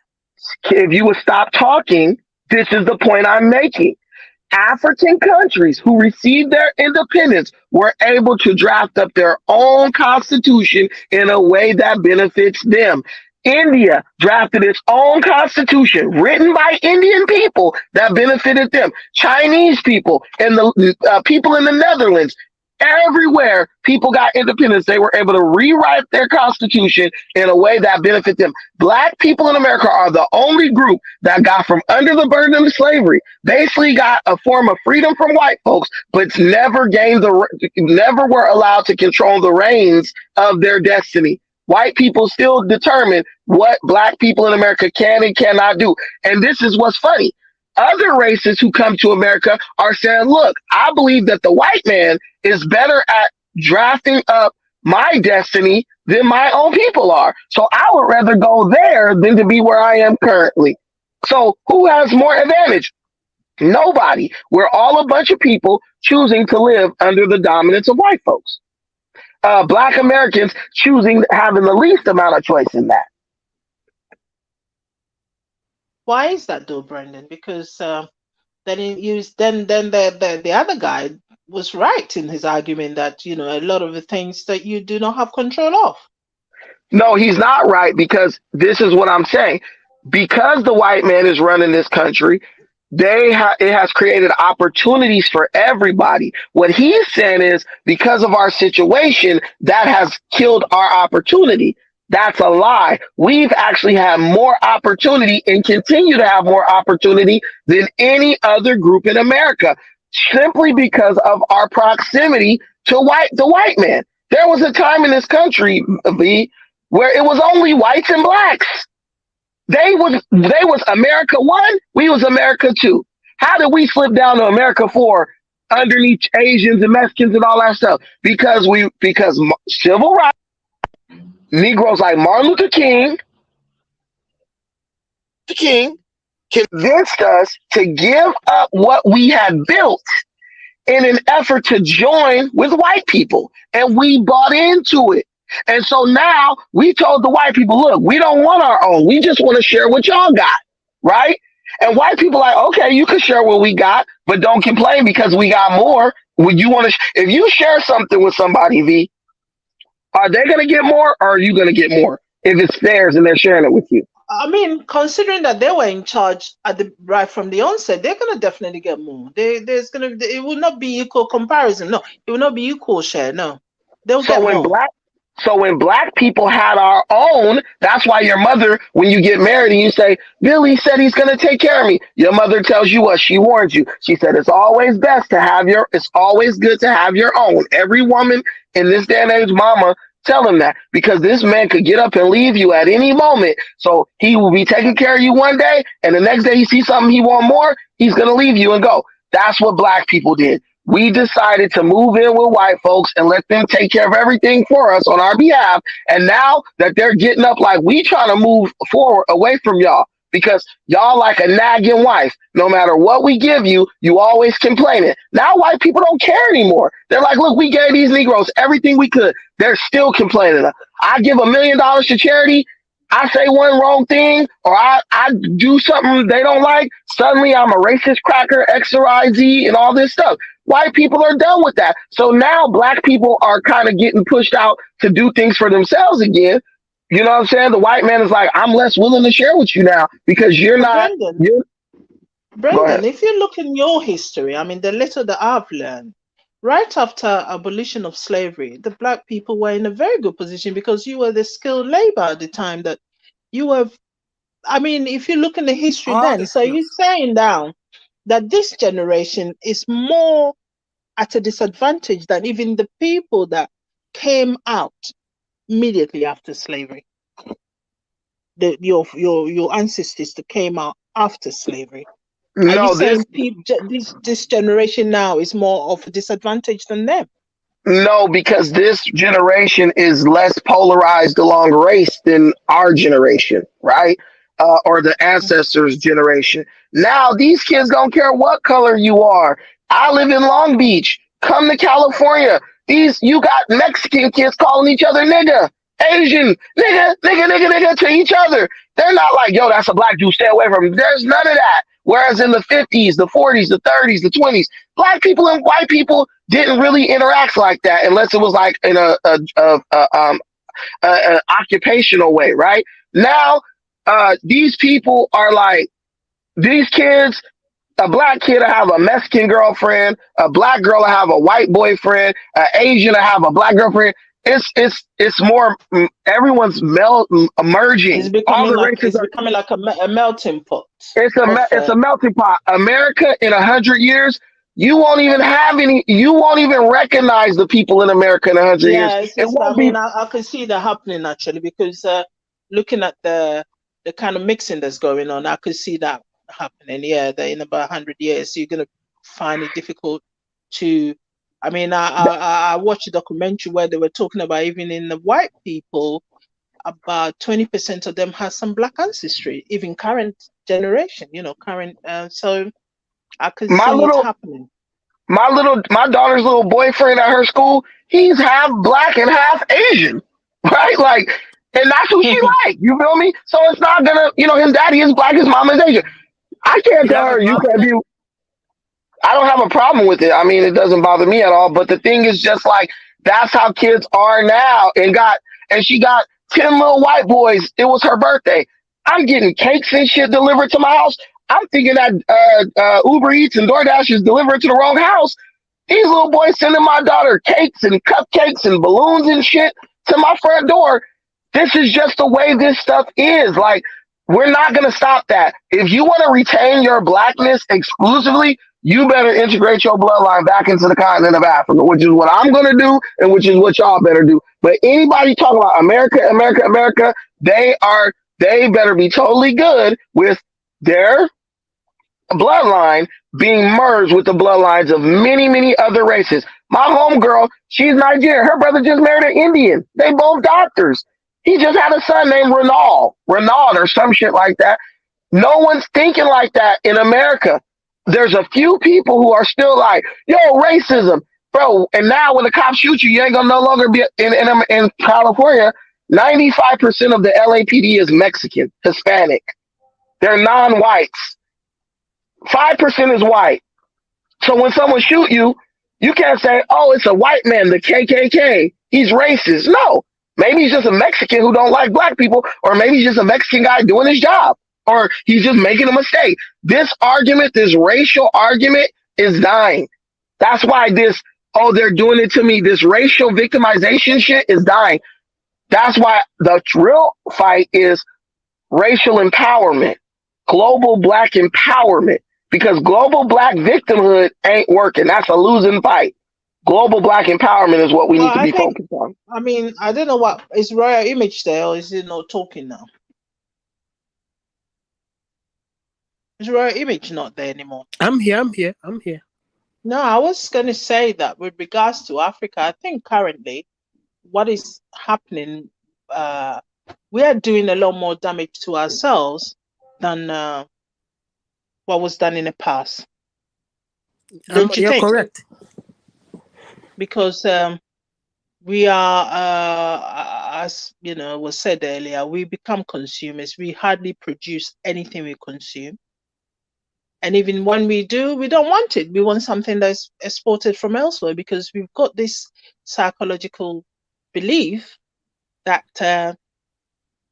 What's once it's foreign is made better. elsewhere, That's it's what I was better. trying to allude to earlier.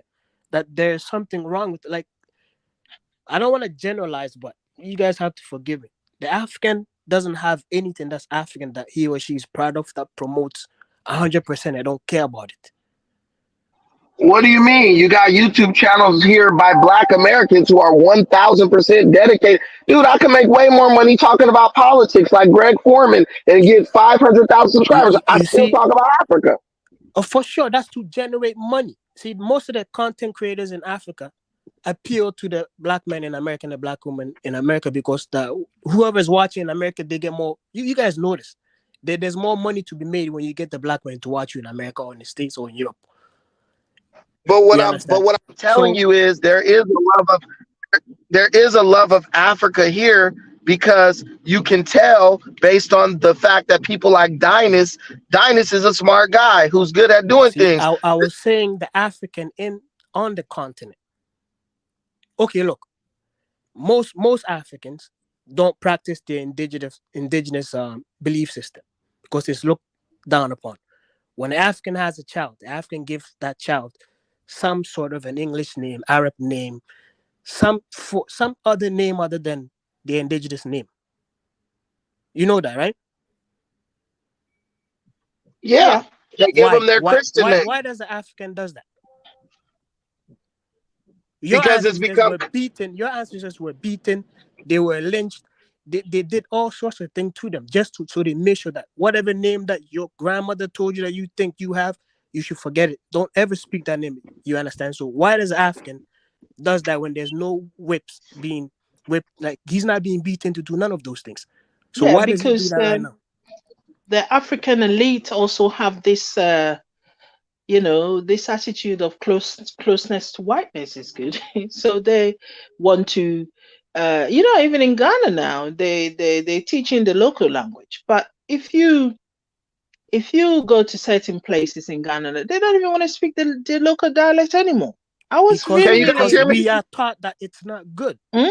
When Can we you go to guys hear me? Yeah, we can hear Yeah, you. we can hear you. Okay, cool. All right, cool. I just switched. I got on my Bluetooth on my car. Okay. Yeah, What? they don't want to speak the local dialect. They're speaking, European language, and they Somebody think it's saying fine. And I asked them, we see carry on. when the child goes to school, the child knows 1, 2, 3 in their local language, but the child is going to be taught English, then learn ABCs, then they teach him 1, 2, 3. So it's always a setback. So the child's brain is rewired to think in English to be educated. If you can't think in English, you can't be educated. And the child that has a difficulty in Africa to switch their mindset is always the one that they looked at as slow. But when he or she goes home, the native things that are around them, that child is able to function properly. But in school, he or she can't, because it's difficult for the child to switch their brain to thinking in English, right? I remember a friend of mine was asking me, when you're there and you're planning and you're thinking, what do you thinking? Do you think in English or you think in Tree? I mean, when I'll tell you, when I was young, and I come from a very, we're into very traditional African stuff, even though we were also given English names, and most of us, decided to switch it back to our local names because I didn't see anything wrong with the local, my indigenous name that was given me. And when I came over to Europe, when I'm asked a question, I have to first of all process it in my local language before I could then, turn it into English. So I was always seeing, when I was in class and stuff, I used to think I'm slow because when I'm asked a question, I won't put my hands up. But when the teacher will point to you, that why are you quiet? Say something. And when I say something, they say, what you're saying is correct. So why are you always quiet in class? They didn't understand that I'm processing what they're doing into my local language first before I translate it back into English in my thoughts before I could, answer. So it was difficult for me, But I'm glad they did that, because I'm glad all these years that I spent in Europe, I still very, fluent in two Ghanaian languages, and I'm very, very glad that I carry on like that, because if I have abandoned it altogether, I wouldn't. I'm glad that now I can understand. I speak 3 languages fluently, write 2, That's and good. the other one. That's good. Yeah. Ras, Les, or whatever. Are you in Ghana or are you outside of Ghana? Currently, I am outside of Ghana. No, sorry. But I There's go. somebody in the comment section that's saying, Oh, okay. he spoke Krobo Ga, I should stop it or whatever. But none of our local languages are used to educate our children. Like, you can have somebody from China, don't speak no English, don't speak none of our local languages, come and help us build a bridge, build a dam, build a port or whatever, and don't speak to us in our languages, and don't speak no English either. Yeah. So we make it seem like you need to learn this English so you can be a doctor, so you can be this. Yeah. But we have Yeah. names of the bodies in our language. So why can't we use it? Like the European don't have a lion in his land, but he knows that's in Ghana we call it jata or whatever, right? So he doesn't have it, but he would name it in his tongue. So when he goes and he's speaking to his children are not lost. We don't do that. Yeah. All these English, like they have the scientific names of things. It's difficult for the average African to say those names. Yes. And the leaders are not converting it into the local tongues for the children they know the body parts in their language. Well, you have to understand that everything you're saying, why don't they do this? Well, that's your job. That's the job of Pan-Africanism, to identify where our people are losing their values and devaluing what they have as culturally, and bring it back relevance to it. Because here's the thing, nobody appreciates what they have, right? That's human nature. So in America, just thinking about driving a car, right? My daughter is 14. I'm already teaching her how to drive, right? She doesn't look at driving a car as like a major thing. It's just like, okay, I know I'm going to have to do that when I grow up. There's a guy who's 50 in Africa who wishes he had the opportunity to drive a car, who wishes he could buy a car, right? My daughter already expects, my dad's going to buy me a car, so a car to her is no big deal. And that's the same thing that's going on in Africa. It's people, when they find something new, they tend to embrace it more than what they already got. But as long as they got that foundation, they're always going to go back to what they were raised with, right? Like a person who leaves the church when they're 25. Guess what? A good chance when they get 50, they're going to go back to the church. So when you guys talk about like Africans don't appreciate this and they're not losing anything. It's just something that they've always been around. So they found something new, and that's intriguing them for the time being. But as Pan-Africanists, we don't have exposure to our African culture as much as you guys do. So we value that. That is why Pan-Africanism is so important, and everybody should be pushing it, because African culture is going to survive through Pan-Africanism, through Brandon. God, stop interrupting me. But what you say, listen, no, stop. All right. Let him finish. What I'm telling you is, right, what I'm telling you, asking a bunch of questions, I'm giving you some answers. African culture is going to be saved through Pan-Africanism, because through the diasporans coming back to Africa, that's where you're going to see African culture have its reemergence. African culture is not something stagnant. It's evolving. It moves like everything else, but it's just changing form. You're going to have people who are from America who have more of an African identity than an African. You're going to have people. I agree with you on that, Brendan. That's true. That's happening. You know what I'm saying? I'm in America. Dude, there's Nigerian guys running around. Bro, when I say, I'm going down to like Shades of Africa, or I'm going to this African thing, you tell that to a Nigerian guy, he's like, awesome. But he doesn't give a damn. He lived in Africa his whole life. He doesn't feel like his Africanness isn't validated by showing up to the local spoken word poetry lounge or the griot or any of that shit. And that's totally cool. And you got Africans in America who are like, hey, you like, bro, let's go back to your country. They're like, nah, bro, I'll go back in like 3-4 years. You trying to go back right now. That's us becoming a global culture. That's us becoming a global people.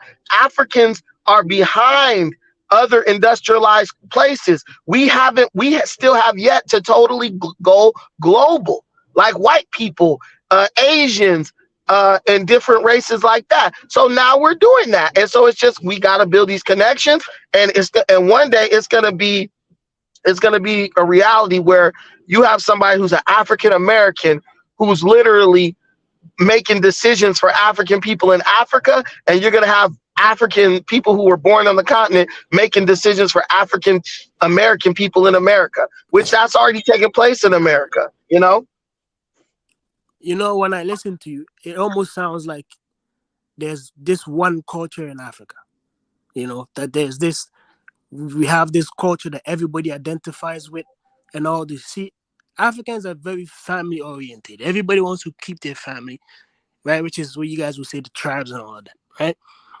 My whole thing is you can't get rid of the tribes. What needs to be happening when you're talking about the education is the education needs to be set in place that everybody respects what the other person practices and what the other person have, and then we move forward from that. But there's no single culture that nobody's gonna leave their culture to practice another man's culture. You, on the other hand, you're coming from America, you have a blank slate. You can go to any part of the continent and live a luxurious, wonderful, beautiful life all over the continent. The average African on the continent don't really want to do it unless he has some business that he thinks he can expand and go to other parts of the continent. You can do all of those things you're speaking. Like if I'm thinking all the stuff I got in Ghana, I'm not thinking to do anything else in anywhere unless I reach a point where I feel like, you know what, I can scale up. Now let me go to the market in Nigeria and see if I can do some over there. Right? But my initial planning, my initial thoughts, everything is straight to Ghana. Boom. You, on the other hand, you have the whole African at your fingertip because you're not attached to nobody. You're not attached to nothing. Like you can attach yourself and say, you know what, I like the Zulu people. I like their language. I like how they behave. So I'm going to go learn the language. I'm going to learn the culture and I'm going to attach myself to that. But even when you attach yourself to it, you're still going to be moving all over the continent. Most of us, that's African. We don't do that. When they travel, they just travel, but they're going back home to wherever they are. They're not going to go say, oh, I'm living in Tanzania and all of that stuff. Only when it's business. Well, I'm you're wrong. 100% Pan-Africanism. I support that. I got all of Garvey's books in this crib right now. I'm 100. I'm in Colonialism. Trust me, I'm all of that. But sometimes we speak like it's this easy. It's hard. No African is going to give up their culture to do anything else. I'm not going to give up mine. Wait, let me say this. Wait, V, let me explain to him real quick. You're wrong for two reasons. One, you just talked about how Africans are leaving their culture to go do white people's culture. You just complained about that. Then out the other side of your mouth, you said no man's going to leave his culture for another man's culture. So there you contradict yourself. Secondly, wait a minute. You said what you said. Let me finish. Relax. Let me just say what I'm saying real quick. I'm emotional because you keep interrupting me. It's not because you're disagreeing with me. But the thing what I'm saying is, and then on top of that, actually we have technology now. So when I walk through Kenya and someone says, "Are you Gideon?" I say, actually, my blood goes back to Guinea-Bissau, the Fulani tribe. I'm a Fulani. So it's not that that's technology. It's called DNA. So I am attached to something, and that's where I would go to find my culture. Yo, let's see what Fulanis are doing. I hope I don't get killed over there because Fulani be crazy. You know what I'm saying? But it is what it is. I have to go back there at some point to go and find out what my culture is. And once I do that, then I will have a better understanding of how to approach Africa, Guinea-Bissau, where I descend from on my father's, in a more appropriate way. But we have technology now. People who are African American could go right down to the tribe that they come from, and it would be in their best interest to go learn their tribal culture, and so we can know how to better evolve that into a global African or global Black culture. No one's telling anybody to give up their tribes. We have technology now, so we don't have to give up our tribes and our tribal identity. I personally believe that with regarding the tribe issue, is changing slowly, but it is changing. and you're having new generation coming in that interacting with each other a lot more, especially through our education system, the way our education system is structured in Ghana. You're getting children coming, because of our boarding system, primarily the boarding system that they use at a certain part of our education. You have children coming from the north to south, south to north, and they are crisscrossing like that. So that has helped us a lot to understand each other. And with that, with the new generation coming as they are interacting more, it will change. People are not so, even though people love their own culture, they love their language, they love their culture, and they want to express it, which is good, because I think there's beauty in, beauty in difference. Within our differences, there is also a lot of beauty in that. Gone were the days where somebody say one thing and you see us having, daggers at each other's throats. Thank God for that. So I'm not so negative about the tribal aspect, because if you look into many African families now, you'll be surprised how the intermarriage that's going on, and that is all the good for society. So I'm not so worried as you are, Royal Image. No, hold Maybe on. I'm I'm not worried. You see, in Ghana, we don't have that issue in Ghana. The tribal wars and civil wars and all of that. Since our independence, we haven't had none of that. We understood each other from a long time. The fighting only started when the clans wanted to put everybody together. The expansion of territory and all of that. That's where all the fighting started, when everybody wanted to expand. When you take that away, we don't have a record of fighting each other, right? So what I'm saying is, okay, I'm just going with what you said, V. We're changing.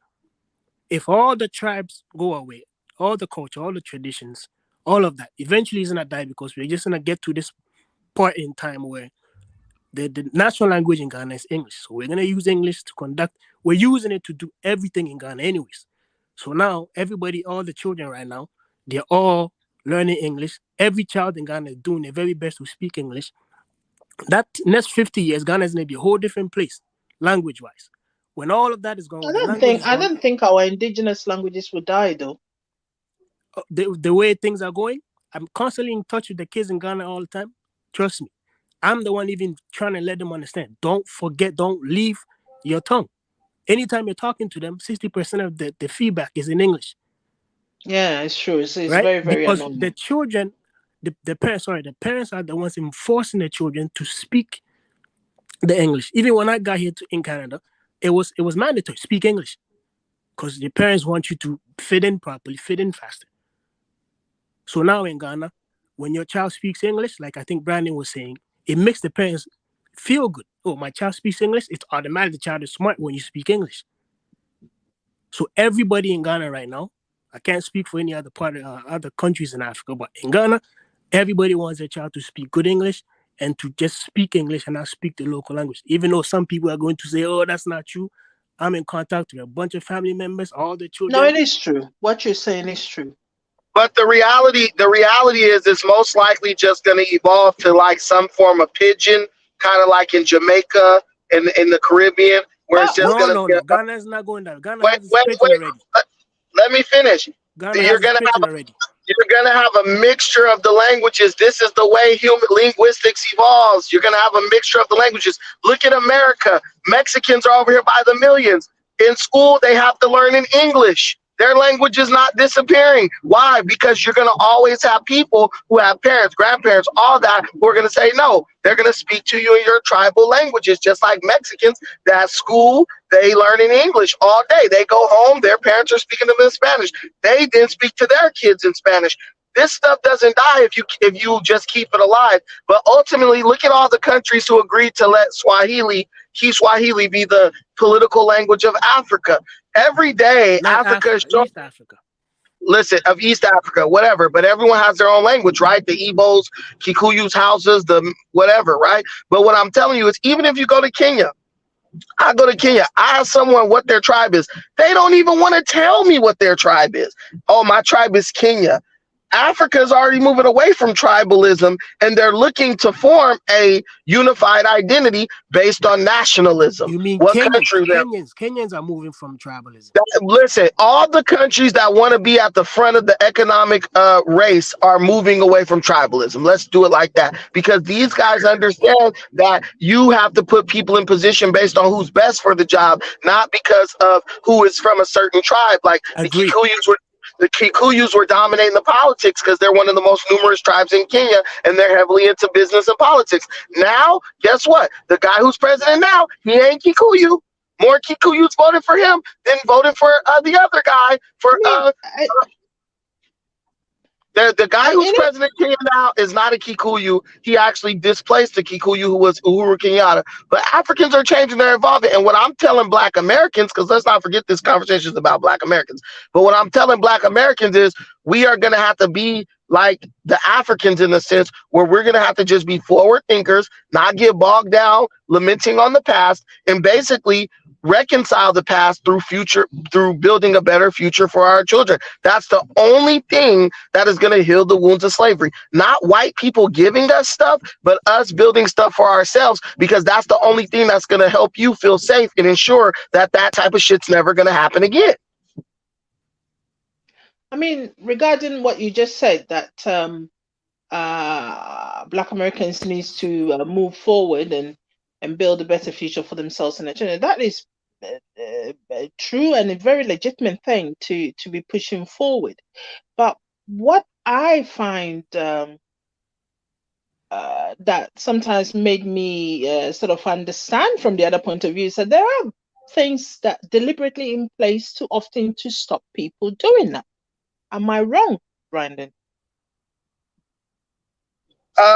You're not wrong, but there's really not nothing in America stopping Black people from coming together.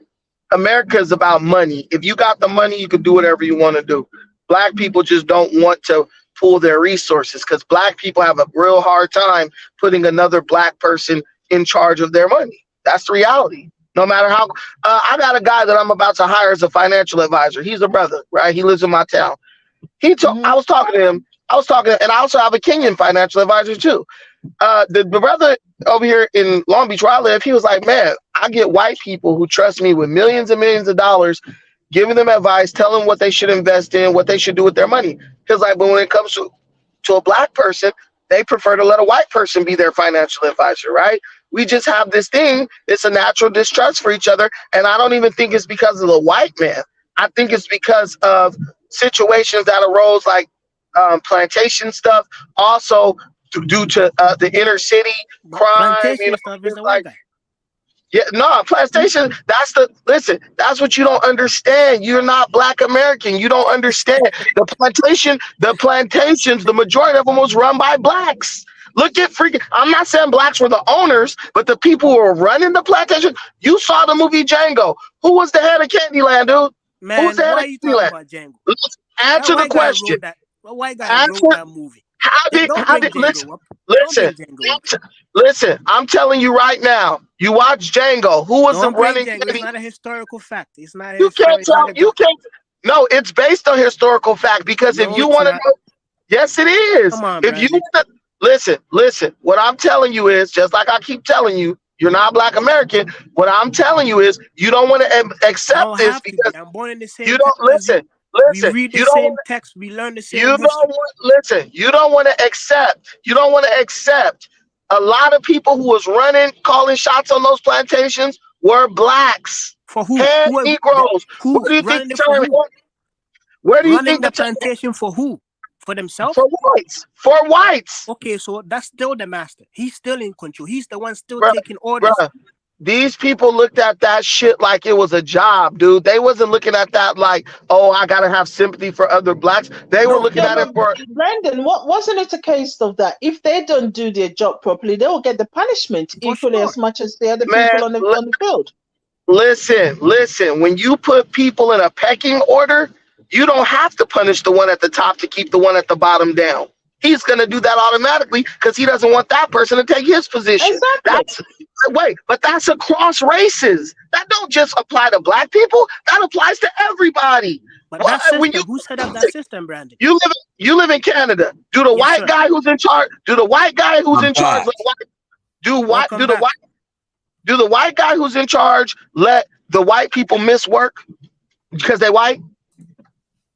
No, but there's in my field, there's they are more lenient on them than on me. Mm-hmm. Hey, this is your perception, or maybe it's true. Maybe you need to go to another job. You ask a question. What I'm telling you, there's a set of rules. Exactly. And guess what? The guy who was at the head of the plantation who was black, he probably was a little more lenient than Massa, right? But at the end of the day, he was more brutal. But I just thought you said that he didn't run the plantation. See, you contradict yourself all the time. I said that on purpose to set your ass up. No, stop. I set you up with that one, and you didn't even catch nobody up. What you need to understand is there's a system Master put in place. Look, we was talking good. We put the system in place. We were talking good. We were talking good until Dinah showed up. Then you want to act ass, Royal. Listen, I'm telling you that this stuff is not really hinged on race, because you have black people who were the head nigga in charge on the plantation who was treating blacks worse than the damn white guy was treating them, because I tell you, Brendan, all these things, when you guys talk about your history, yours happened in say in Americas. On the huge continent of Africa, similar things were happening. There were black people who were leading to showing the Europeans where the where the villages had to go and capture people. The black people were doing it, and then they would rendezvous with the Europeans to give it the people to them like and the white guy. Black people we have a very similar kind of in America. V, you're being honest. We know what it is. In America, black people get away with murder at their damn job. Trust me, I was a manager with a bunch of black people under me. Black people was mad at me. They run to the Mexican manager to tell on me. Brandon's doing this because I wasn't scared of getting hit with, oh, you're racist, like the white guy is. You're racist, like the Mexican guy is. So guess what they did? They had Go ahead. You made me remember something. When I was, a few years back, I was put in charge of a position where it was a family thing, but I was in charge. And I was put in charge because of I was very strict. When it comes to timekeeping and everything, you got to do it. And I went in there and I sacked one of my sisters and my cousin, and I became, like the public enemy number one in the family. So that I should have overlooked things. And I said, no, why should I overlook when I've given them many, chances to improve upon what they were doing? And their timekeeping was poor. And I said, no, I'm not having it. It's with us black people. We are like that because we think that when we are in charge, when people are working under you and you're a black person in charge, they think that you should be giving them a leeway and stuff like that. But one thing that I'll tell you about the Europeans is, even though they'll be a bit lenient, but they were not going to let you get away with things so much that would jeopardize their position in the long run. You know that. So we would then take the view that, oh, you're black and you shouldn't be doing. I mean, in my case, we even went into a family conference. My mom called me in and I told her what I told her. She wasn't happy about it. And I said to her, it's your daughter, you deal with it. I'm not going to put up with it. I was given a job and I have to do it well. And you guys came in, and because we're family, they think that I should be lenient on them. I warned them several times. In the end, I said, no, that's it. I'm not working with you guys anymore. So we need to understand that when it comes to job, we have to have a bit of seriousness about it. Royal Image, you will not go and open a business in Ghana and put your family in charge, would you? Hell no. No, I don't mind. One thing I always really, tell them is, Royal Image, you put your family in charge of your business? What I tell them is, as long as you can keep the business running and don't mess up the business. If they spend the money but they keep the business running, I'm okay with it. That business is doomed to fail. That business is doomed to fail. Families don't speak ill on my shit like that. Come on, you gotta trust your people. Okay. No. I disagree with you on that. Okay. I have Nigerian friends who have spent millions in Nigeria. You can't possibly think all your family members are corrupt. All my family members are corrupt. They do know. it's not a question of being corrupt. They just take a very lackluster view because somehow it's family thing. They take it for granted. 100% guarantee. Yeah. I understand. But what I'm saying is, if they run it dry and it closes, then again, you can't ask me for money. That's what I'm saying. Keep it running so you can eat. If they don't understand business, how the business run, then it's education. We don't educate our people. If you educate, like I say, you give a man a fish a day, you feed him for 1 day. But if you teach him to fish, he gonna eat every day. You understand? So it's lack of education. They think while you're outside, you have money coming in every day. So they don't care about the business that they're running. But if they understand, listen, there's no money coming in. If you run it properly, this is where you're getting your money from. You're not getting money from, you're getting it from the business. No, they're going to call you lazy because you're in America and you don't got all kinds of money coming in. Let's be real. We're talking about Africans here. But I'm African too. Yes, and I'm black. In your family, if you tell them, look, I don't got no man. Listen, no, let me tell you a true story. This is across the board. My grandma one time came to me and asked me for money to loan to my sister. Right? I said, why doesn't my sister come to me if she needs money? This is when I was young. I was working a job making minimum wage. Right? My grandma wanted me to give my sister like $400. I said, man, I don't got $400. I got my check. My check was only $300 and some dollars. You know what my grandma told me? That's all they paying you. She was like, she shamed me for having a job that didn't pay enough because I couldn't give my sister $400. If that ain't African, I don't know what is. They would literally say that guy's in America or Canada messing around. He's not working hard because he should have plenty of money for us to bleed this business dry, and he still could send us remittance and all that stuff. You know that's true, Royal. They're not going to say, "Oh, I understand."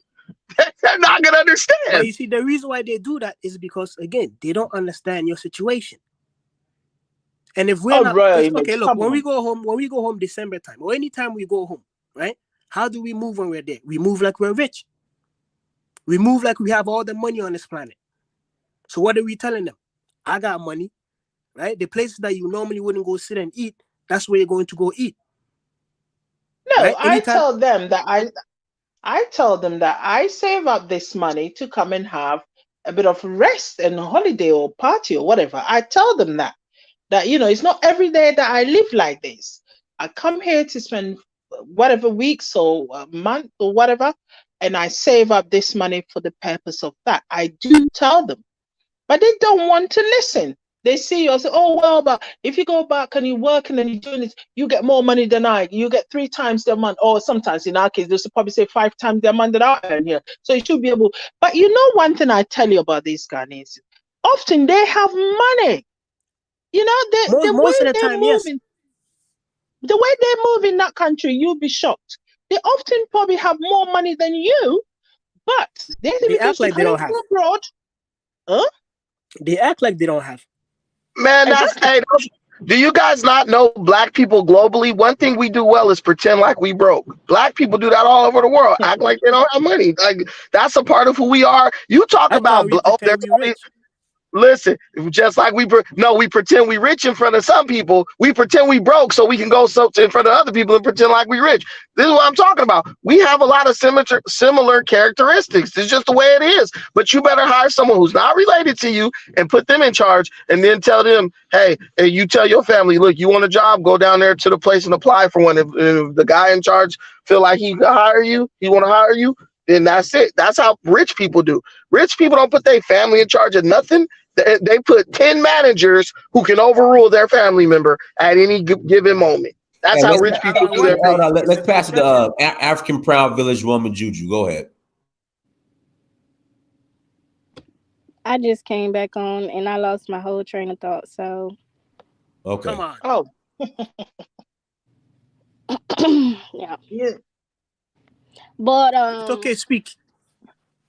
Okay, I'll just take some points that I did hear. I didn't really I don't think it's progressive to say, oh, because you're not Black American that you don't understand something. That's coming from a place of like ignorance and ego. So you can't tell another person that just because they're not Black American that they don't. It's many Black Americans who don't understand what happened in Black America. So that's one of the points that I did want to say. If Because somebody doesn't understand something, they just don't understand it. I can't make believe they understand it if they don't. Well, that doesn't even make sense. I agree with what you say if somebody don't understand something, but to say that somebody, because they not Black American, that they don't understand, that's my point. So if That's I'm my not point. Chinese and I say something about Chinese people and they say you don't understand because you're not Chinese, that's now offensive. Oh, another thing that I wanted to say is, why do we always have to compare ourselves to other races? That's another thing I wanted to say. I agree. Why don't we compare ourselves to ancient Africa? We Because can't, when we because talk we look about down on Africa, ourselves. we always talk about the problem, or like when you said, "Oh, that's an African thing." Like, so it's African but to be like to be contradictive. That's not in African nature to be contradictive. It's not an African. It's not an ancient. African. Let's just put Oh, this on the so table. hold on. Let me say this real quick, Brandon. Let me say this. Let me say this real quick. Wait, Lamuma, Man, let let me the say lady this. speak. She's saying It's something. Why you not guys a, cut her off? listen. It's not an African culture for you to be, for even women to really even be able to express their opinion publicly. So if we stick in the African culture, then you Huh? shouldn't be allowed to talk right now. I No, mean, no, That's Brandon, white. that's Which not true. culture? Which That's culture is I that? don't agree with Which that. But that's go culture ahead, is go that? ahead, white Lamumba. Go that's ahead, true. dominance. That's What Lamumba. am I True, saying? that's Brandon. that's Which true. culture, Brandon? Go Many ahead, Lamumba. I African don't men fully agree with regarded that. Go ahead, African Lamumba. women highly. So what are you saying? Which Go ahead, culture? Lamumba. Maybe he's speaking of a specific culture. Which Yeah, culture? maybe speaking of a specific culture. Even So a Go whole ahead, culture Lamumba. can't define even. Go ahead, Lamumba. Go ahead. So I would say this. Dinus, Everyone you didn't let her finish though. No, but I have to close. I want to hear from Lamumba. everyone contradicts themselves at some point or another. But the key is to not be a hypocrite. Right. And I think that's what's most important. But and I will say this. I would argue that it is a surface level argument to simply state someone does not understand something because they aren't an African American, right? I work in higher ed. I've taken Black studies classes from white professors, Latino professors, and they're cooking, right? They were like Steph Curry in the 3-point contest. So I know based on my, of course, anecdotal educational experience, and many can argue that my experience and, of course, the Ivory Tower isn't representative of the experiences of most people in everyday life. However, what I have found is that individuals of different racial or ethnic backgrounds can have a thorough understanding, and in my experience, of course, because I'm in the Ivory Tower, oftentimes have a better understanding of the issues and complexities that come with Black life in America than even many Black people. You coming from an educational perspective, your professor went to school to learn about that, Lamumba. We talking to Royal, a Ghanaian dude living in Canada. So let me say this. So as you know, most PhDs, well, all PhDs, when they're going through their doctoral program, as I am now, when I get off of here, I'm gonna be finishing up my dissertation, working on that dissertation.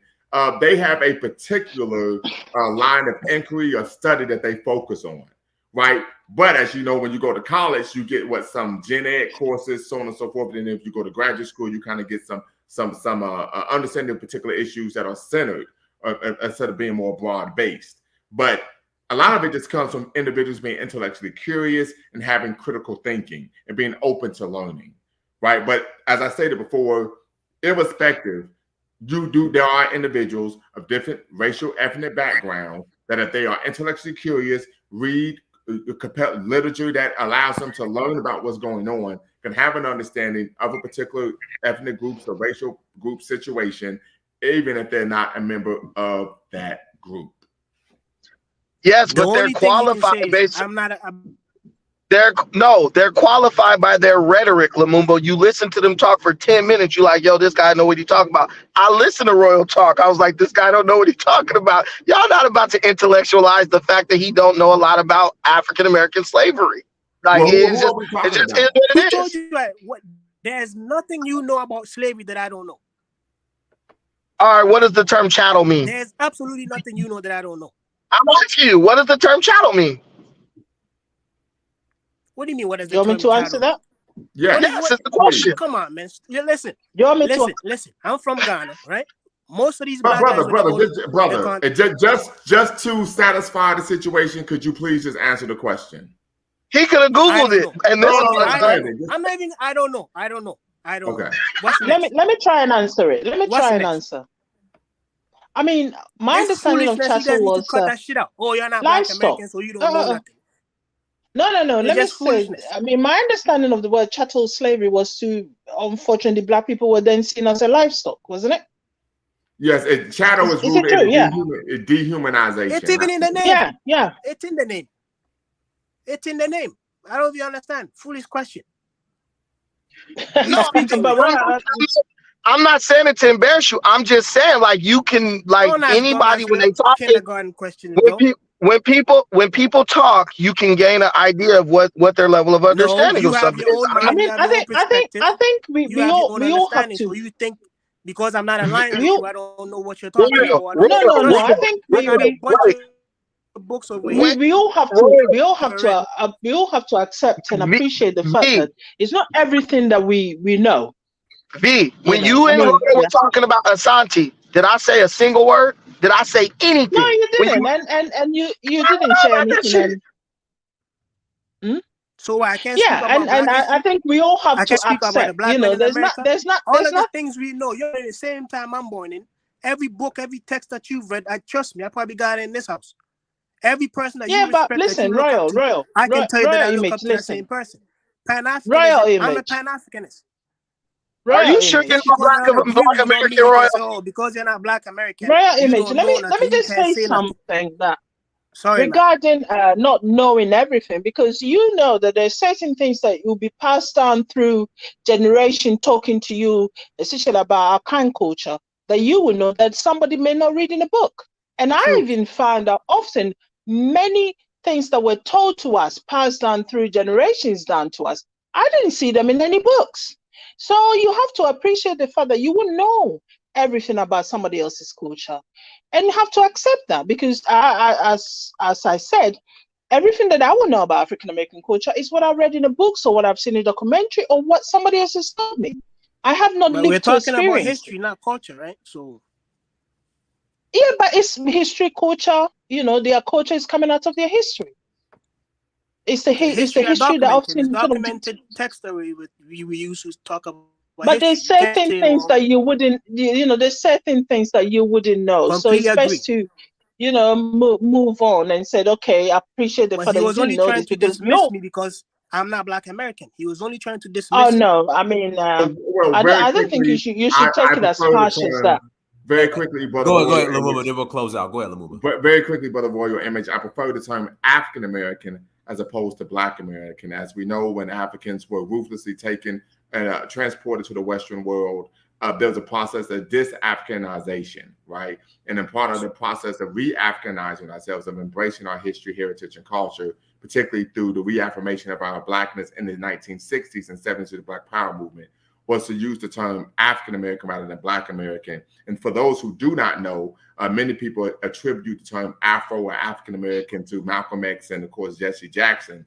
But we actually find that T. Thomas Fortune was the first individual to use the term African or Afro-American. And if those of you who do not know, T. Thomas Fortune was a journalist and a one-time editor of Marcus Garvey's Negro World newspaper. Brandon said I wasn't Black American. He didn't say African American. Well, I understand, and I agree with what you say. I'm not disagreeing. There is diversity of thought in the African American community. There is diversity. I respect what you said, but his daddy named him Clay, so I'm gonna call him Clay. With that being said, guys, we gotta close out. Everyone, all right, thanks, guys. No bye. Problem. Yeah, hey, Dinus, you better make sure you pay up this. You better pay up this year. Y'all ain't winning nothing. Y'all ain't winning. Pay up this year. Pay up this year. Y'all ain't better back, Mitch. Better back. Yeah, better back. We running it back, y'all. We running it back. You know what I'm saying? And if you mention George's name again, you saw what happened on that Instagram post I put up. Hold on, Brandon. Unmute your mic, Brandon. Okay, what's up? Brandon, who won the national championship last year in college football? Georgia. Okay. So I don't even know why Lumumba is even. I mean, listen. The way the Ohio State won. Huh? I said the way you talk, you would think Ohio State was. So here, first off, here's the issue. First off, I'm about that life 24/7, 365. Second issue is as you and I both know, and I hope you will be honest, you were acting that entire game, you were in the fetal position, shook. Let's be real here. The entire game, you were scared, you were shook, your voice was high pitched, like you was a soprano. Let's be real here, and you all made it to the national championship game because our kicker. Keyword. We made it to where? We made it to where? Keyword. We made it to where? But don't act like you got about it. You was shook once the whole game. But it don't matter. Wait. We won the game.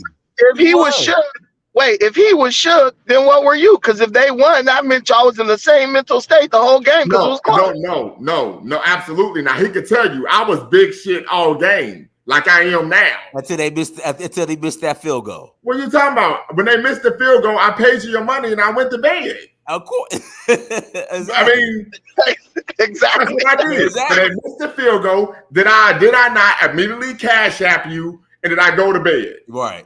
You did. Hey, Lumumba, this conversation needs to start at I went to bed from now on. We don't want to talk about that before you go to bed. Absolutely not.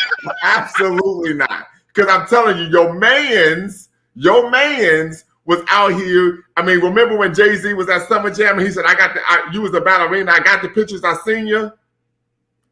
Dinus Demir was that dude. He was Prodigy.